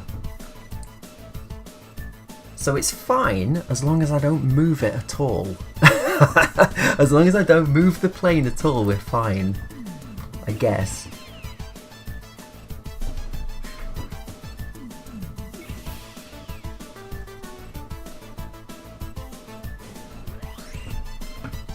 Okay. Attempt number 3. Full throttle. Engines on. Oh.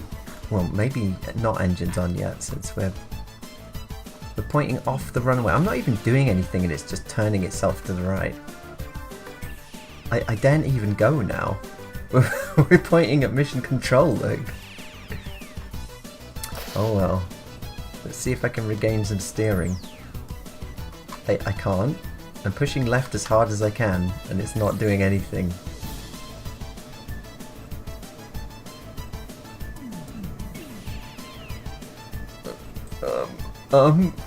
Yeah, I have no steering at all. We're going... oh shit. That has to be the best launch in the history of mankind. Yes, SSTO is what we're going for.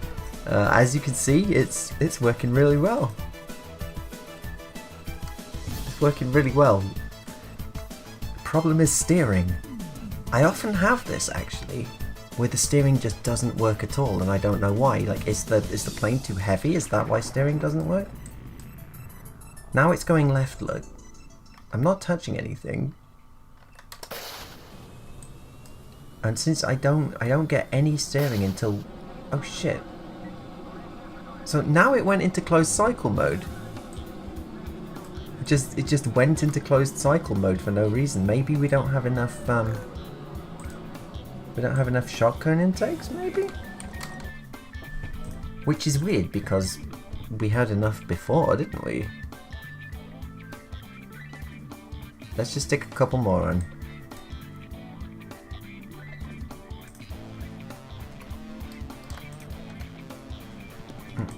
Symmetry. But yeah, that steering is a problem. If you're pointing off the runway before you even turn your engines on, and I've had that with so many planes that I've tried to build.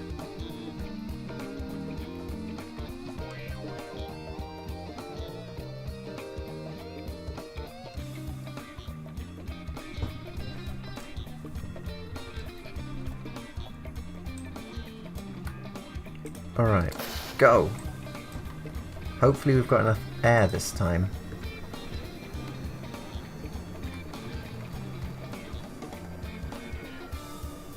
I do have a tiny bit of steering as well by the look of it. Managing to keep it in the middle.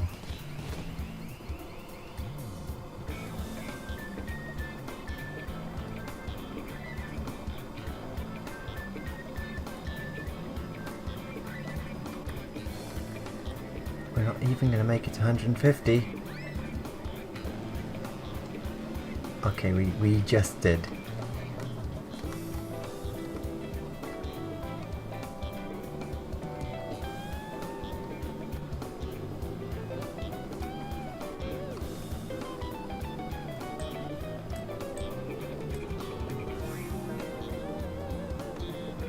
Okay, it's steady.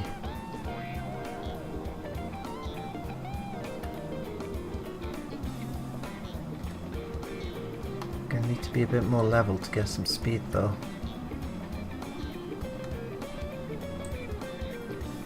So it seems that it's fairly smooth until these, until you know your aerodynamic wind effects kick in, and then suddenly we're down to 8 frames.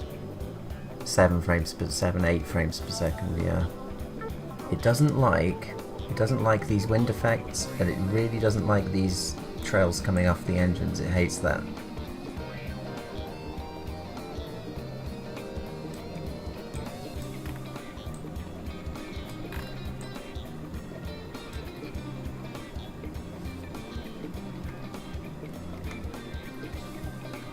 Alright, we need more speed. I'm worried that we're too heavy now. But we're now heavier than we were before. And we made it to 500 easily before.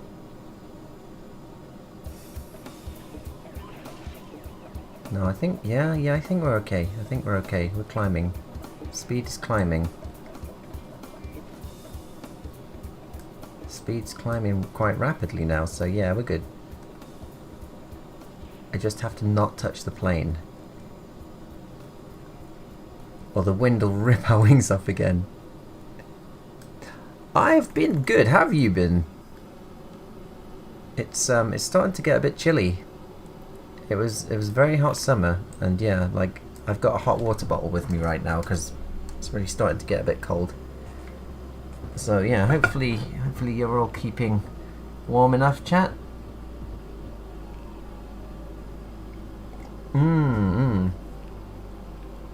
Yeah, I've heard two different opinions on that. Like, one is get high and then go straight, and one is stay low and just move, you know, go at a very low angle of attack and build up speed that way. I mean, we seem to be building up plenty of speed now.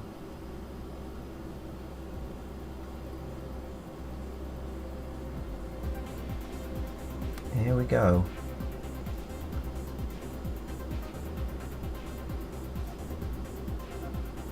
Hello in Russia. How is the right? Is Russia like it's depicted in movies? Is it snowing all the time and as cold as Siberia, like constantly? Or is it like anywhere else and, you know, quite warm sometimes?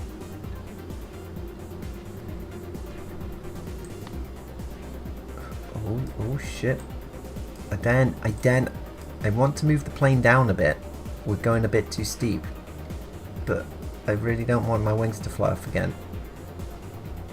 I'm fighting it, and it's fighting me. Oh, are we okay? Are we okay? We might be. How are we doing?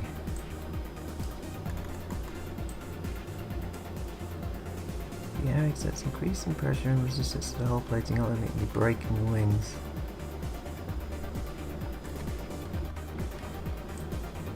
Yeah, maybe.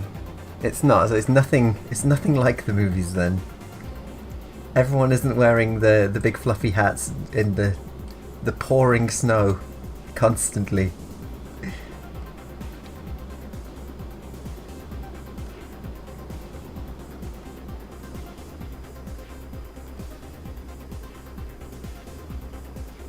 Alright, when we get to 25,000 height, I think I'm gonna switch cycle modes.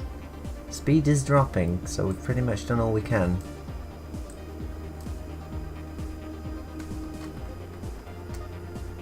Okay, switching now. Are we gonna have enough oxidizer to make it?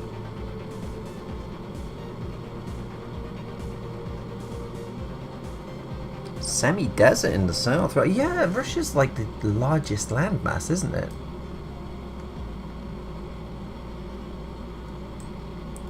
So, yeah, I'm guessing it would be quite hot in the desert, yeah.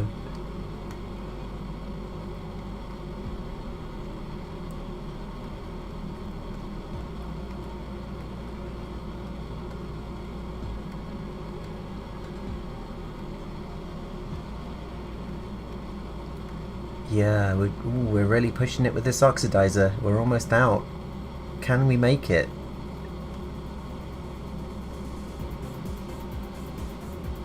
I think I took too much out. This is going to be really tight. Oh, it's going to be super tight.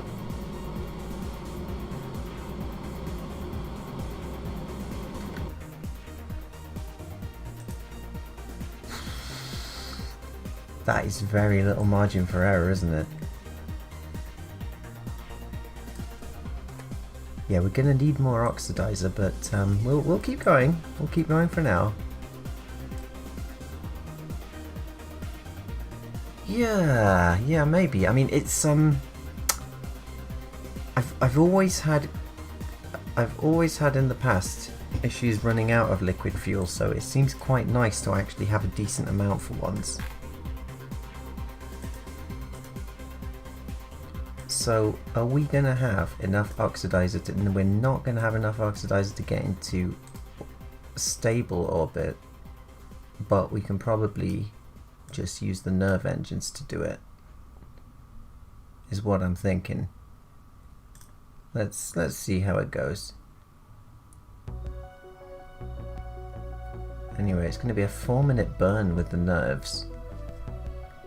So we'll do that 2 minutes in, maybe.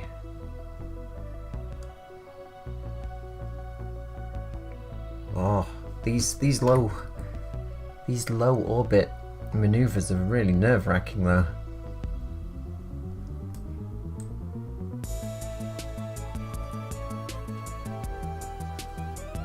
See, now that all of the effects have stopped, we've got a pretty decent frame rate of 16 frames per second. Holy shit! Can you believe it? What luxury. I'm gonna wait until we get here.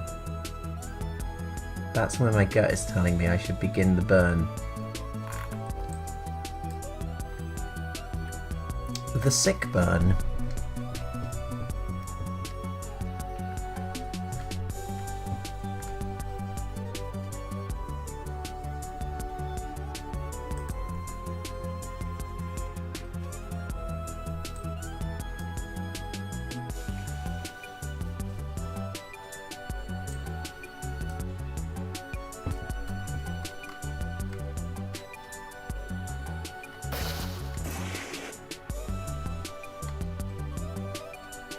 Alright. I'm trying it.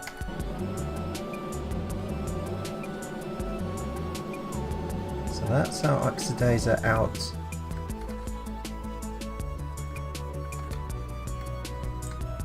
Onto the nerve engines now.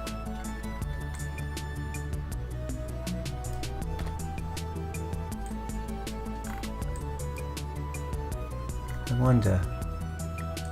I think we might, yeah, I think we might be alright.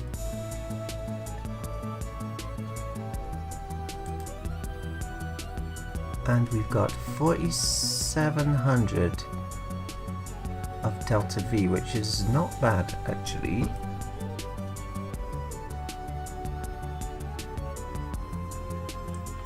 Anyway, yeah, let's see if we can stabilize this a bit.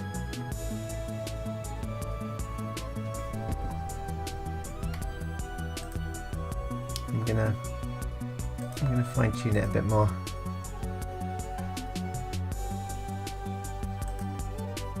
Point prograde, please.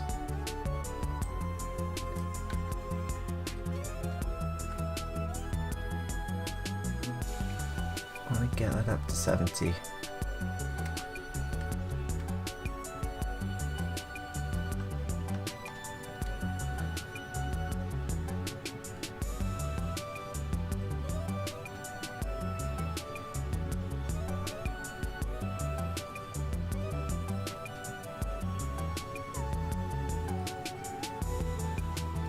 Alright, that'll do. That's pretty decent little bit. 72, 82. That's close enough for government work. Let's go to Minmus.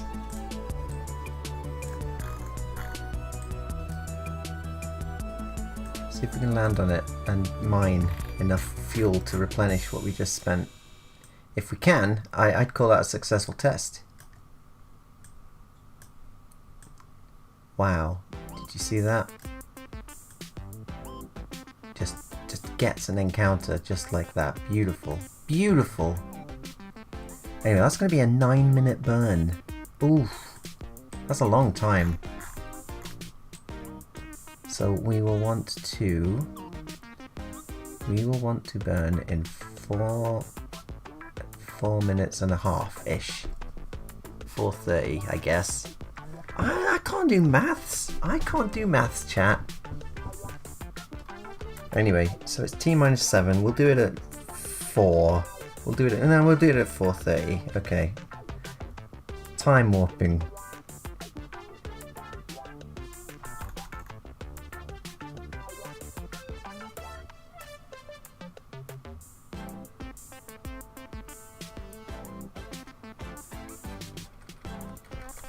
That's close enough.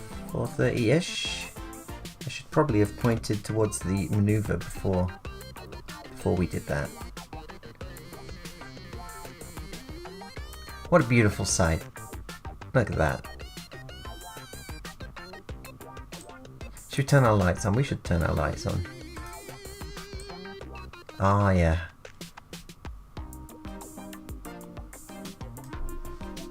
Okay, we'll begin the burn. It's always scary, thrusting directly towards a planet, but hey, that's what the node is telling me to do, so I'll do it. Also, the engine placement seems to be okay. They don't seem to be too close. They're not overheating each other.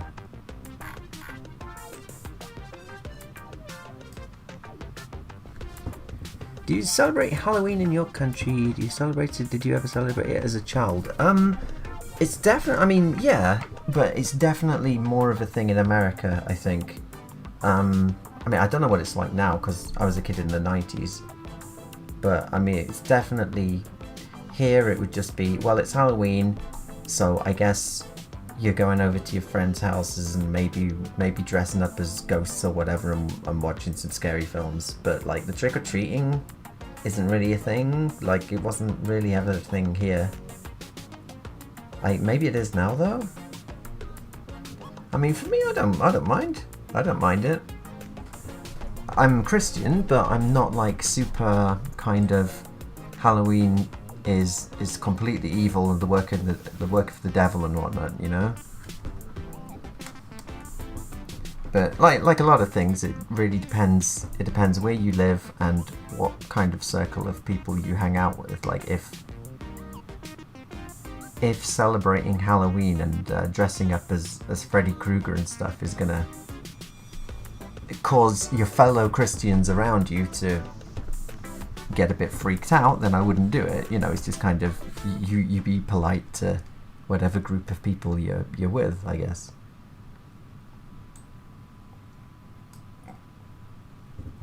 Like I'm fairly what's the word, confident that my soul is kind of fine, really. I can watch Nightmare on Elm Street and even the bad Halloween sequels and it's not going to cause me to like lose any kind of faith in the Almighty. But I know that some people are of the opinion like just be on the safe side, stay away from all of that stuff, which is fair, you know. But I'm a big fan of 80s horror, so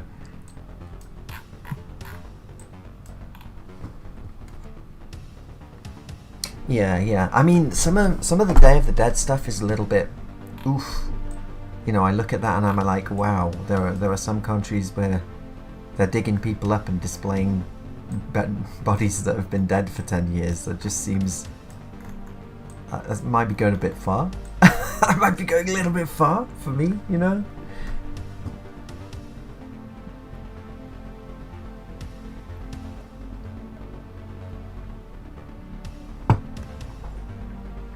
This is going to be a long burn, isn't it? But yeah, it's working. The apoapsis is rising.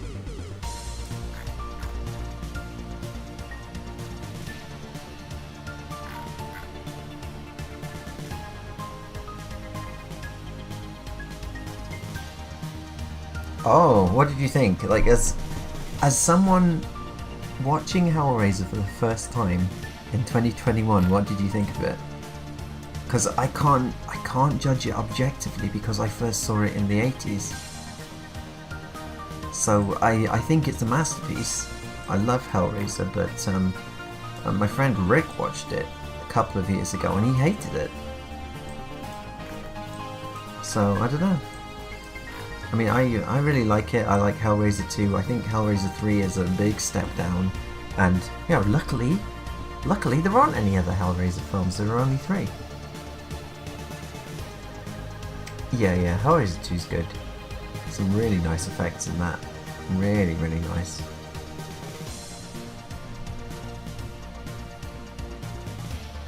You can press you can time warp whilst burning? By pressing Alt? Really? Hold on.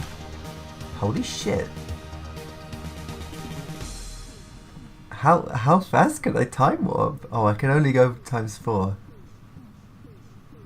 I mean, that's still way better than nothing, though. Damn, okay, well, thank you. I didn't know. I got a mod. I got this, what's it called? Time control? This is like advanced time warp or something, and it has like this hyper warp. Sounds great, but it tanks my frame rate. So my frame rate now is 12, which is shit. If I do the hyper warp, we're up to ×5 now, and my frame rate is 1 frame per second. So I only use this for those really big burns that say you need to burn for 30 minutes kind of thing. I'm like, oof, yeah, I guess I'll watch it in a slideshow then. So I don't know if anyone knows any decent like time control mods, but even if they do, I don't think they're gonna work on my computer, are they? But I mean, as you can see, it is speeding it up. It's just everything looks like. I mean, it's a worse frame rate than an old silent movie. You can't really get much lower than 1 frame per second, can you? Well, I shouldn't jinx it. I'm sure we can get lower than 1 frame per second. I don't want to see it though. Thing is, can we actually make the intercept That was such a long burn, and we did it so sloppily. Is it actually gonna intersect with Minma's? Well, there was the moon. We just got an encounter with the moon and it went. That's fine. Are we actually gonna get this though, which is what we want? Hello! Thanks for stopping by. Stay classy. This is way off course, isn't it? Maybe though, maybe. I'm gonna stop. Yeah, we're gonna have to fine tune this. It's close, it's close. We'll do another maneuver here.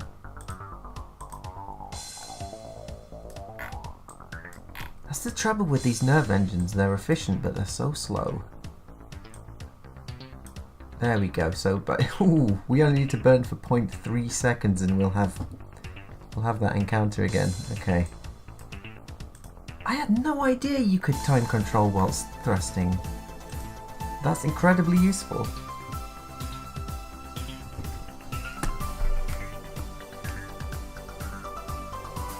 Oh yeah, I can imagine going back after not playing a game like this for years. It must be very strange.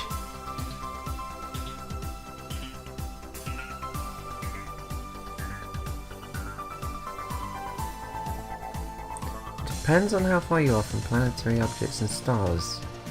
Oh, okay. Like whenever I tried to do it, it just told me you can't whilst accelerating. Anyway, yeah, we should get a very nice capture with Minmas any moment now. In fact, I'm going to start my burn now, and we're going to do it slow. There we go.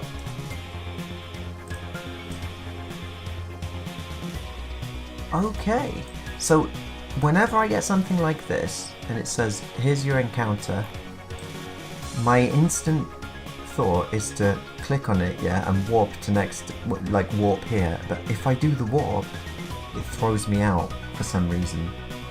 Like I lose the encounter, and I don't know why. Let's see if it'll do it. Yeah, so instantly it just loses it. I have no idea why.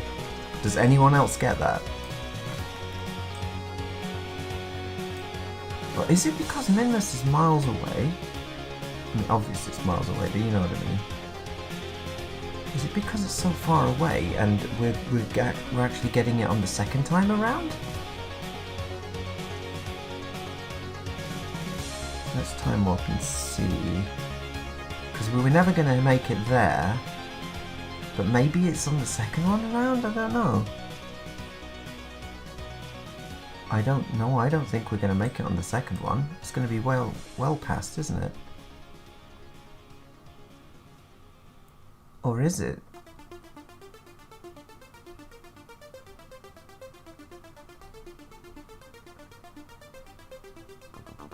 Let it run real time. Yeah. I mean, I think that warping just it ruined it for us. Yeah, we're not gonna get that, are we?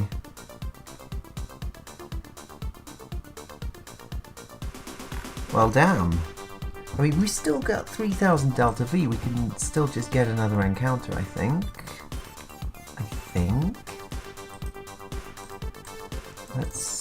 Let's see.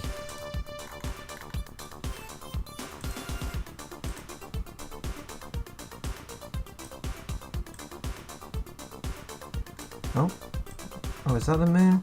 That's the moon, isn't it? Yeah. That's no good.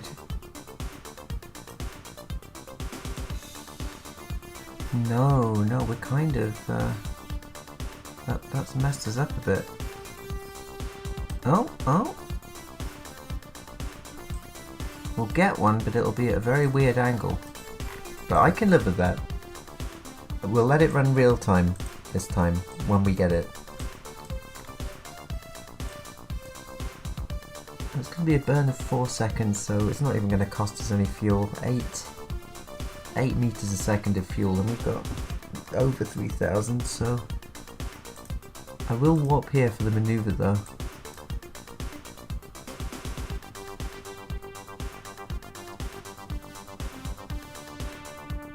Yeah, I could go round and round, couldn't I?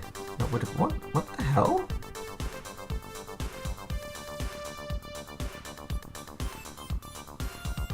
Are we? Oh, hold on. Warp to next maneuver.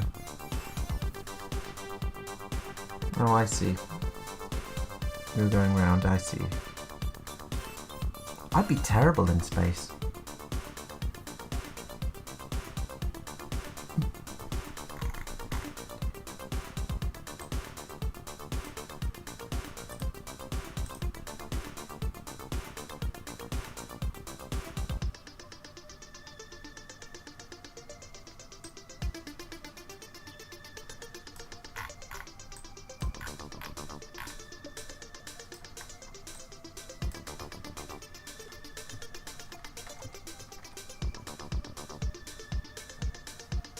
Okay, we'll do this at about 30 seconds.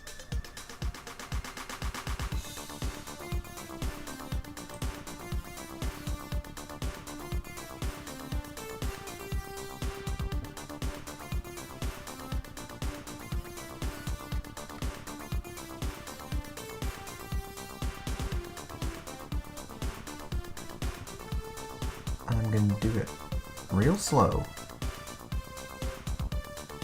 There we go.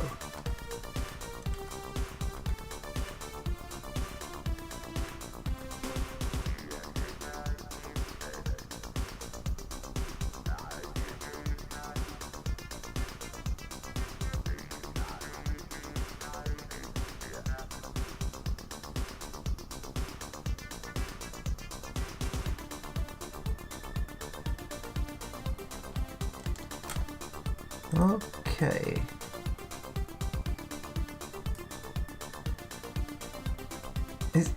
Really? Is that really an encounter in 30 days? Really? So, if that's an encounter in 30 days, are we supposed to go around and around and around? Is that how this is working?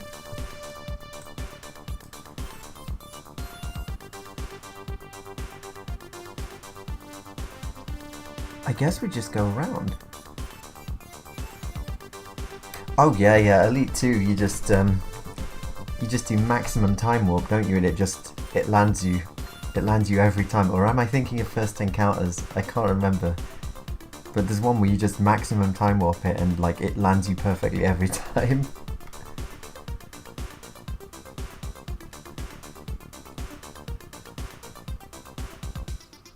Indeed. I mean, they've got plenty of snacks, so they should be fine. Yes, we're going to go around a few times though, aren't we? Because we can't even see Minmus from here.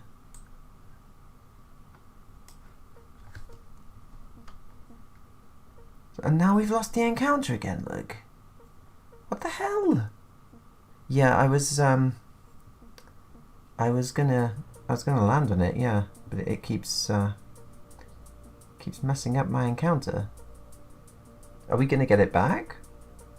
Do I just keep going round and the encounter will come back?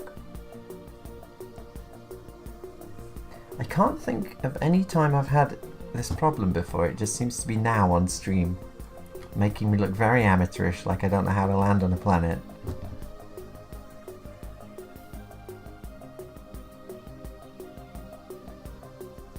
Ah, I see. Oh, what a game though, Elite 2. I remember, oh there we go, we got it back. So I had a Mega Drive, and my friend had an Amiga when we were at high school. So obviously, you know, they both specialise in vastly different games. Amiga could do stuff that the Mega Drive could never do, and the Mega Drive could do stuff that the Amiga could never do. It just kind of depended on what kind of game.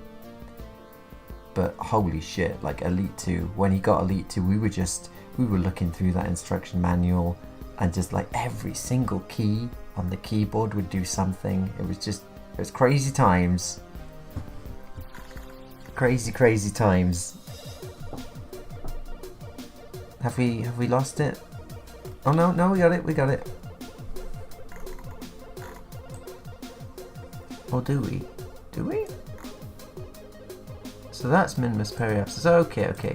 I really should have fine-tuned this, but we'd only have lost the encounter anyway.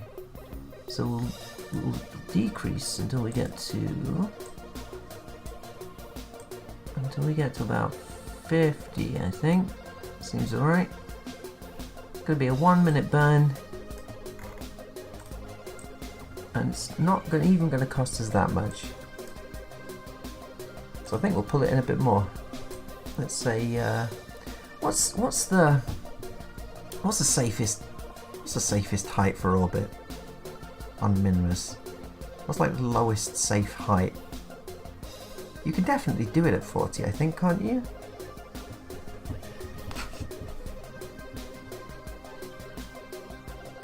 But yeah.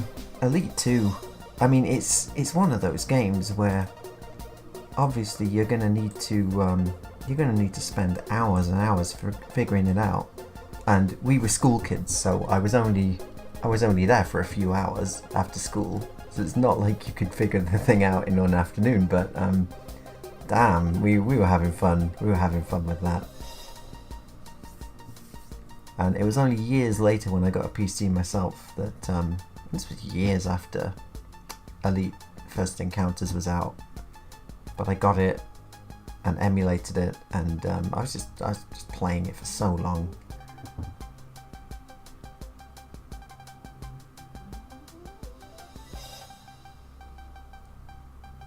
So alright, 2 minute burn, so we will do that in T-4 minutes. We're T-8 minutes now.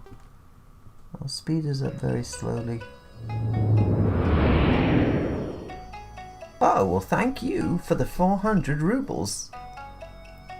And yeah, have a good night. Stay cozy, and remember to hydrate.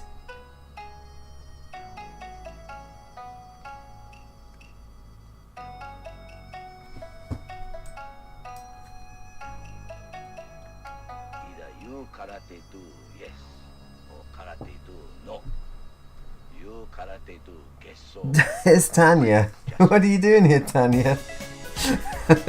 We're doing the real nerd shit now. Look, we're landing planes on planets. This is what I do in my spare time. You used to think I was cool, but not anymore. One of your nostrils is blocked and irritating you, I see. Yeah, I don't know. How do I deal with that?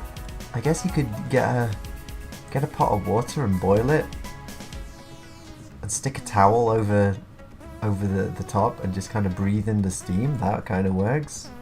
A little bit, maybe. Give that a try. But don't lower your face into the boiling water though. That you mustn't do that. Me and Rick went to a goth club the other night. You should have come. It was a goth club in the actual cemetery at night. So it was pitch black, walking through the cemetery, and then you just like see in the distance, in the blackness, you just like see some pinpricks of light, and they're candles. And it was coming through the windows of the mausoleum, where they've turned this mausoleum into a... I still don't know whether this is disrespectful to the dead or not. Hopefully there's no bodies underneath when you're dancing. But yeah, they turned a mausoleum into basically a venue. It had all these candles and stuff in there, and everyone was dancing and drinking and stuff. It was good times.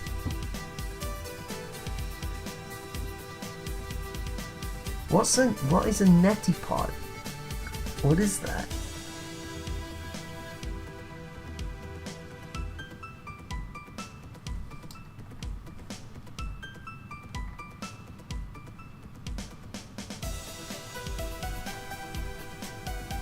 Yeah, it was good. It was good. I would go again. I mean, I was thinking goth music, you know, like old school goth music. So probably All Night Depeche Mode. I was thinking The Cure.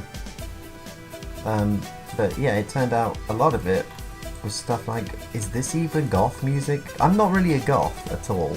I'm more of a metal guy, but I will happily dance to Depeche Mode all night.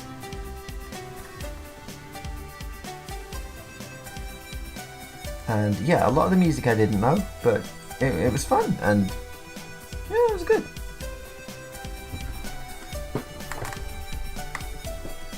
Oh shit, alright. Well yeah, next time we're going, and I'll know as soon as Rick tells me, I'll get him to tell you as well. We can go into the spooky cemetery at night. I kept telling him this is how horror films start and we're probably gonna die. But we didn't. As you may have guessed from me talking now. But we did live.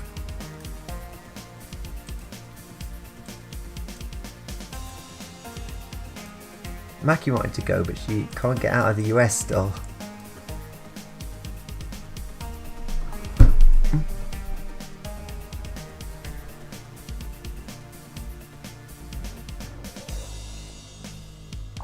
No, I was never into emo. Alright, we've got a 17-second burn coming up in 2 hours. We're turning to the maneuver node. Where the hell is Minmus? There it is, okay. You ever just, hanging out in space and you're orbiting a planet and you look out the window and you've lost it, you can't find it, but there it is.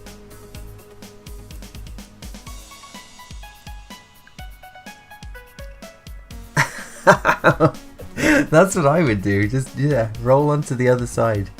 The nostril physics should kick in. See you later.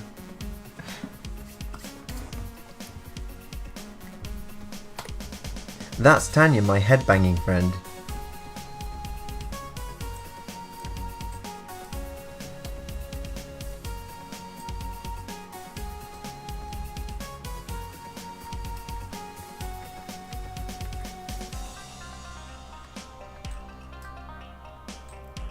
We got 3000 Delta V, which is more than enough, I would say, to land on Minmus with its super low gravity.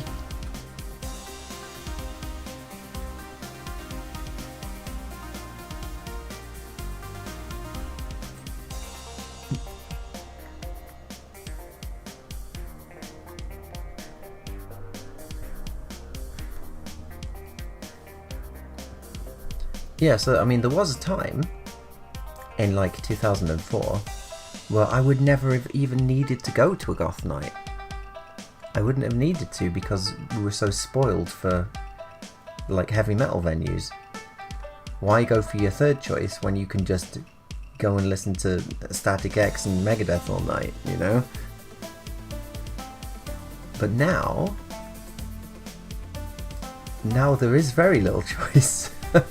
So it's at the point where I'm like, yeah, I'll go to a goth night, of course I will.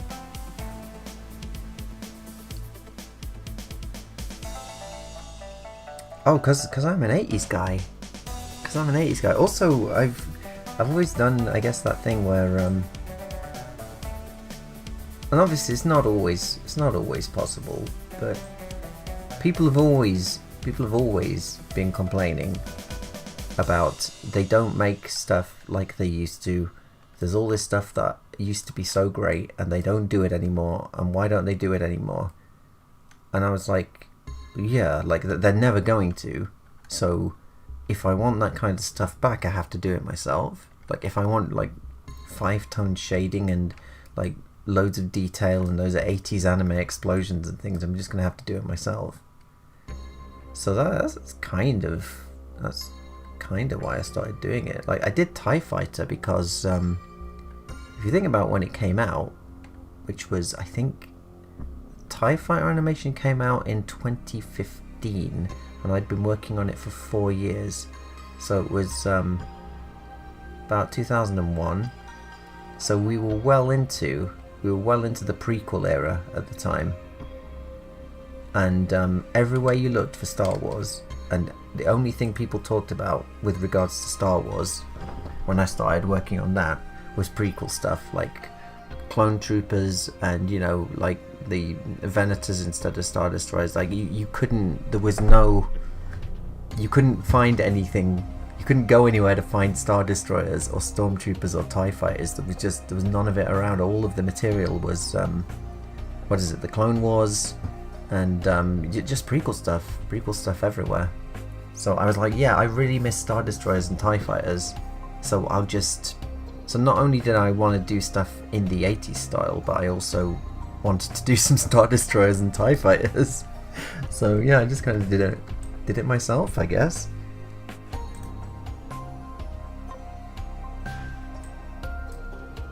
Okay, we're going to point retrograde, bring our height down and try landing on this minty thing. We could bring our gears down, actually. Bring our wheels down if we wanted. It's not like there's any air resistance. I'm not going to snap off.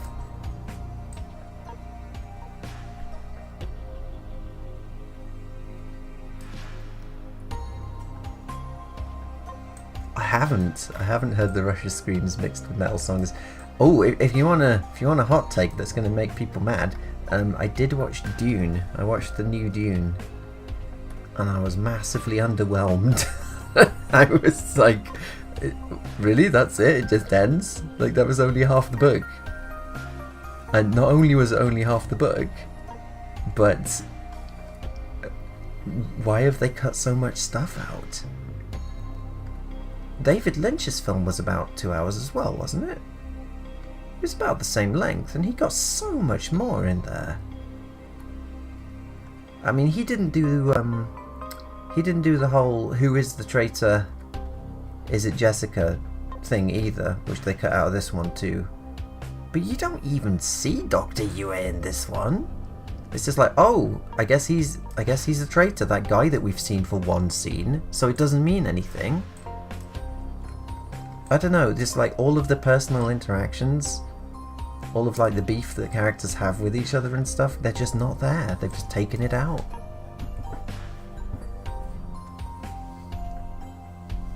Yeah, like, a lot of people seem to really like it. A lot of people seem to really like it. And I'm like, I don't know. I mean, if you've read the book recently, I think it would be a very big disappointment.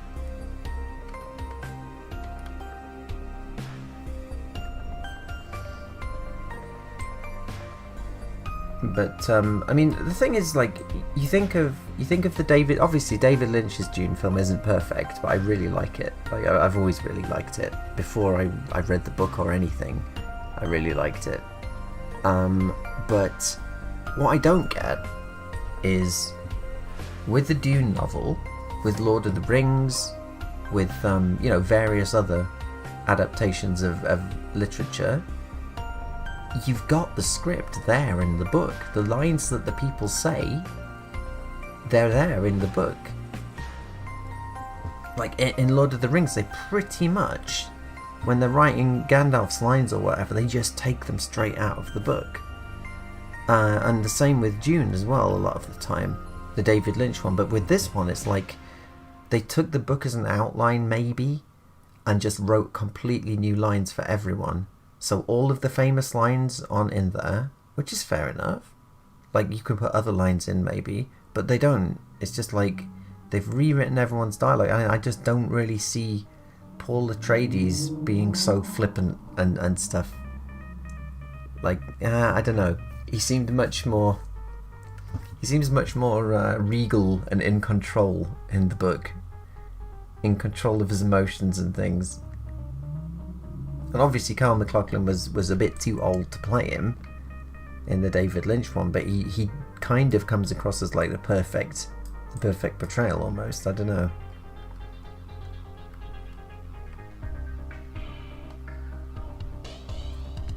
Oh yeah, Macross.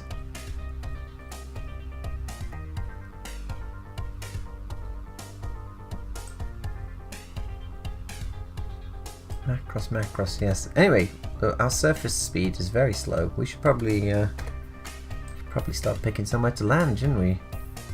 We can land in the dark, we got lights. Let's see. let's come down around here. I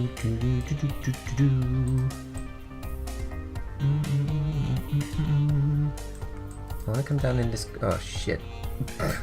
In this crater, if we can. On this nice flat surface here. That'd be nice. Same for that.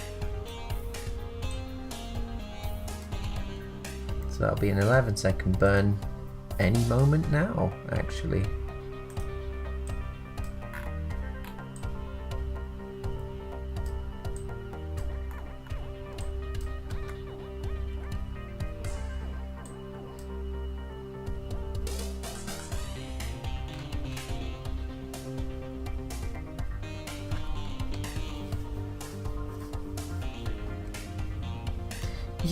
Yeah, I mean, obviously not all, but a lot of films now, as in most actually, most of the big blockbuster films that come out, they all feel very similar visually to me.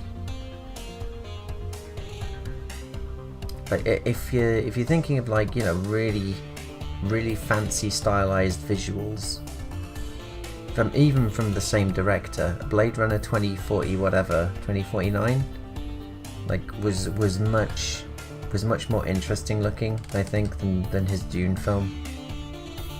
It's Dune's weird because you've got all these locations. You've got Caladan, which is a water world where the Atreides come from. You've got Giedi Prime, which is a hellhole where the Harkonnens come from, and then Dune is just like sand dunes everywhere.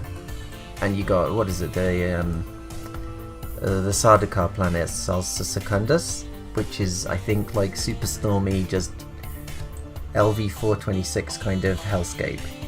So you got 4 planets, all very distinctly different. And you don't see the Sardaukar planet in the Lynch film, but you do see the other 3, and he makes them all look really different. Like, boy, I love what he did with the Harkonnen planet. It just looks like, I don't know. It's hard to describe. It's just very David Lynch. And Dune just looks fantastic. And you see all the oceans on the Atreides planet and whatnot. And in this one, it's just like they all look grey. Every single one of them has had this saturation turned down so much that if you go through the new Dune film and take screenshots and just lay them out side by side, you can't really detect a colour palette going from scene to scene. It's just very grey. It's very grey. So I don't know. It's weird.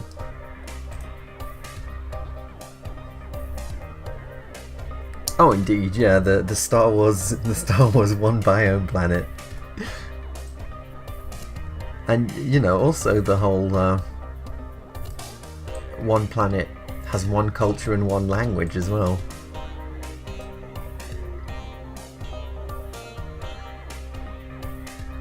Like, there's a flag on Minmus that I put down ages ago.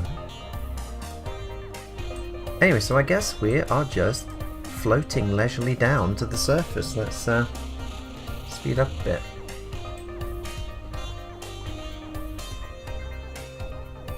Oh yeah. Like, you look at that first Iron Man and it actually kind of has a bit of a style to it. And all of them now are like, hold on, we got to run it through the committee. No, it doesn't look like a Marvel film enough. Can you make it look more like this? Which is a shame, because I really liked Guardians of the Galaxy. That's the only one that I really liked, and it was really colourful. Yeah, I guess I wish they would do more stuff like that. But you know, I'm not an MCU fan anyway, because I don't have the time to watch. Like, how many are there now? There's so many of them. You want to watch the latest one? Well, you know all the characters from like 20 previous films are going to be showing up, if only for cameos. So if you want to know exactly what's going on, then you're going to have to go back and watch a box set of like 50 films or whatever. I don't really fancy it. But I mean, that's very Marvel Comics, though, isn't it? That's what I've always complained about, because I'm not an American comic reader so much.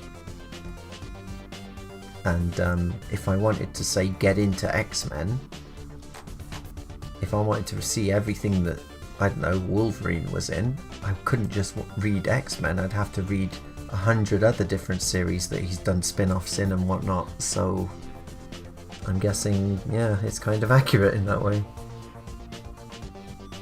Yeah. I think my problem with Guardians 2 was I really liked in the first one we're going to all these different locations, and then the second one was like, oh right, we're on one planet for the whole film, which it kind of I don't know, it kind of not dumbed down, but it reduced the adventure a bit for me.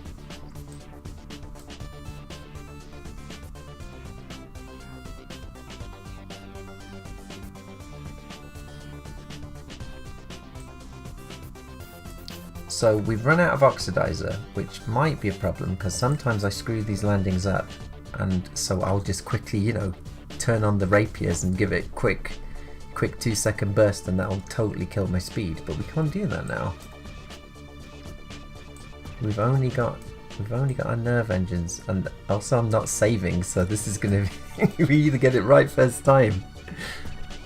We get it right first time, or we crash and die. I'm still not convinced. I still think that it might be a bit long, because we're going to land ass first, and it might bounce the front of the ship down and just smash everything off the front.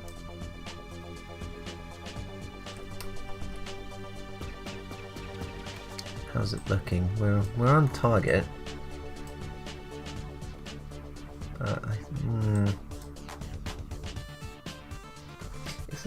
If we full throttle it, how quickly does that kill our speed? Fairly quickly. I'll keep us at 100. I'll get us down to 100. Keep us at that to be safe.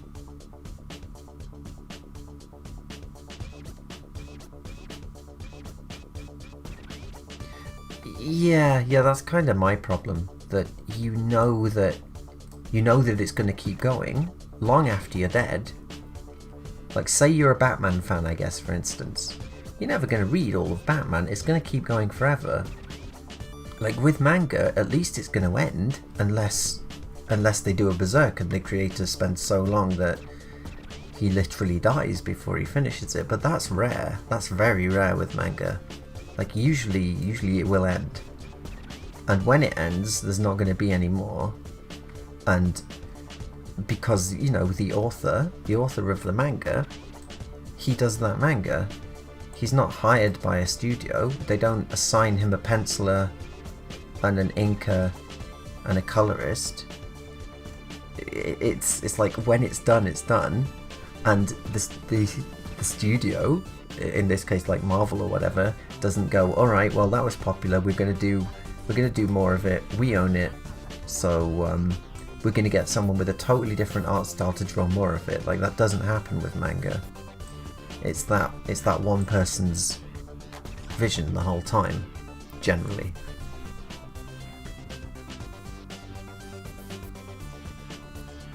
Yeah, my computer is not super great, and it's really not great for this game for some reason, because I mean, obviously you look at the graphics, it's not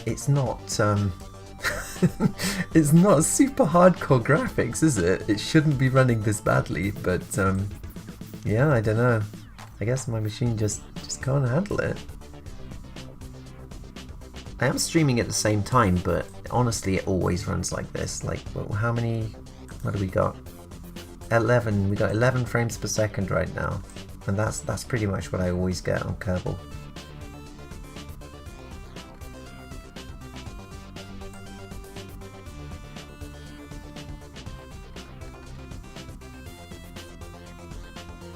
Well, we got 3000 delta V.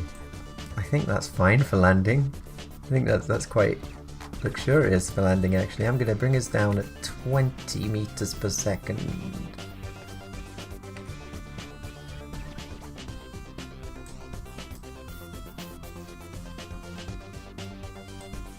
And when we get a bit lower, I'm going to drop that to 10 meters per second. Yeah, I've heard it's badly optimized. Golgo 13 created I, did he?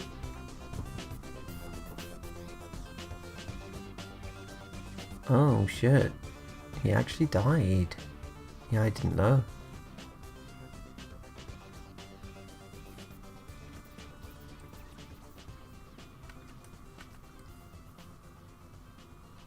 I mean, another thing with... Japan does this as well, I guess, but it's... They'll make movies of comics and go, okay, the comic costumes look silly, so we'll just dress them all in black leather or whatever. And then you get those X-Men films from 10 years ago where you can't tell anyone apart in crowd scenes because they're all wearing black leather, and that's it. It seems to be so hard, like so ridiculously hard, to convince the studio to actually let you make the characters look like they do in the comics. They did with Deadpool and it looks totally fine. It looks really good, actually. And I mean, Spider-Man as well. Spider-Man looks ridiculous. Spider-Man looks ridiculous, but they did it. They did it accurate to the comic and it looked great. So, you know, when are we ever going to get a Doctor Doom look like he actually does in the comics? Because it's been nothing but complete abominations.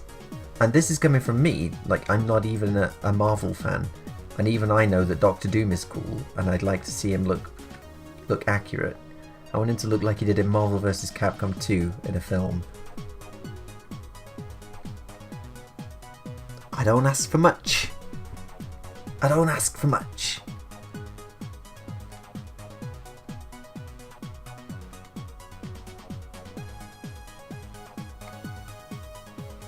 You know, without saving, this is a little bit nerve-wracking, actually.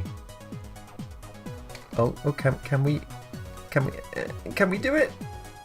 Oh, thank you, suspension. Brakes on then. Well, I for one didn't think that we'd get off the runway, let alone into orbit and then over here, but we did. So I guess we just need to test out, can we do some mining, and will these radiators allow us to mine without our drills overheating? So let's wait until we come to a complete stop, shall we? Open the doors.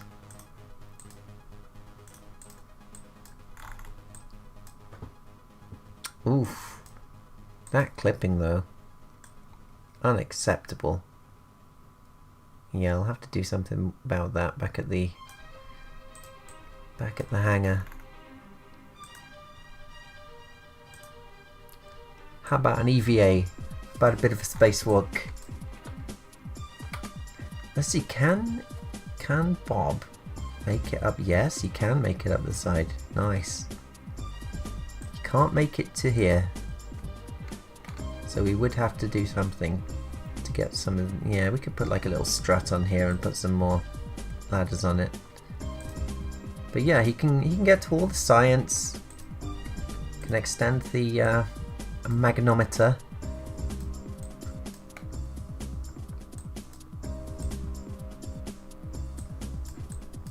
He can't reach it though, really? Okay, well let go then. Oh shit.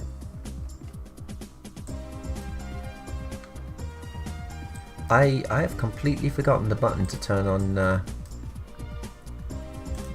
is it RCS? I've forgotten the button to actually turn on the jetpack. which one is it again?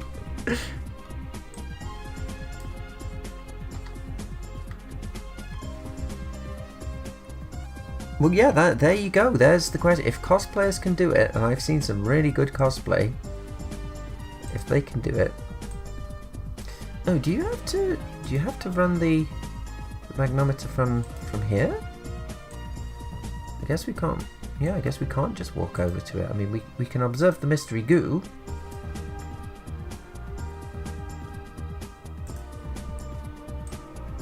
We can take our temperature readings. We can log seismic data. Yeah, I guess we don't... Oh, the magnometer, you can only do it from off the ground, can't you? That's my problem. Alright, back in. So we've come to a stop.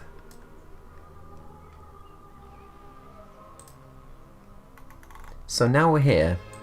What we're going to do is press the number 3, which should, if I set it up right...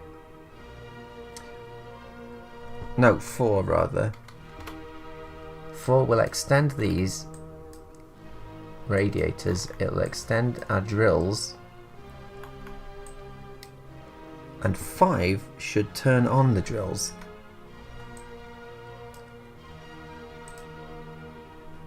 There's the core temperature, so it should tell us if it's overheating. The ore here is filling up very slowly. Seems okay, doesn't seem to be overheating, so I'm guessing these are cooling, but only 8%, and it's still keeping it alright. I mean, they are massive, so I think we probably overdid it, so that's good. It's always better to overdo things. Hit B. What does B do? Oh, was it B for the jetpack? Alright, so we got the ore coming in. It's coming into here. I guess we can start creating liquid fuel and oxidizer out of it. Now, is it gonna... Yeah, so electric charge. This is what I was worried about. So that's something that we would have to fine tune. We're using more electricity than we're generating from these. From the radioisotope generators. So, I mean, this is at ×1 speed. If we speed it up like a couple of times, the electricity is going to run down and our drills are going to turn off, I believe. And really, we want to have full electricity the whole time. And we want those drills running through the night. We want this refueling us through the night. Yeah, so alright. Still, good experiment. We managed to get here. We know the drills work. This cools them. So that's nice.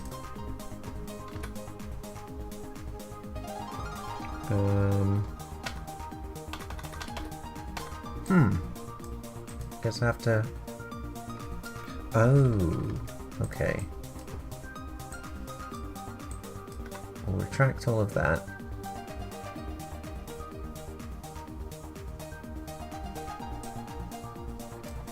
Yeah, so really we just got to fine-tune the electrical systems. We need twice as many generators, I guess, and maybe a couple of solar panels just to make sure. But on the whole, it looks to be going pretty well. We got a pretty decent space plane, actually. Alt and F4 for jetpack. Really? I don't remember it being Alt and F4. Hold on. Let's do spacewalk then. We got Bob and Billy Bobmore.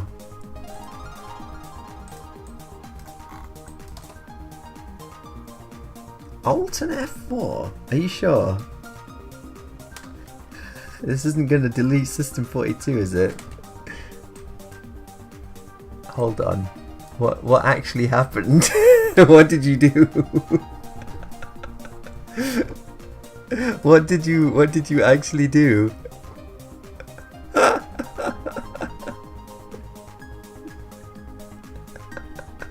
I mean, that's okay because we'd kind of reached the point. We kind of reached the point where we were gonna bring it down anyway, I think. But yeah, all right, not bad. We've been going for 3.5 hours, so that's a pretty. So what does Alt and F4 do then? What did it actually do?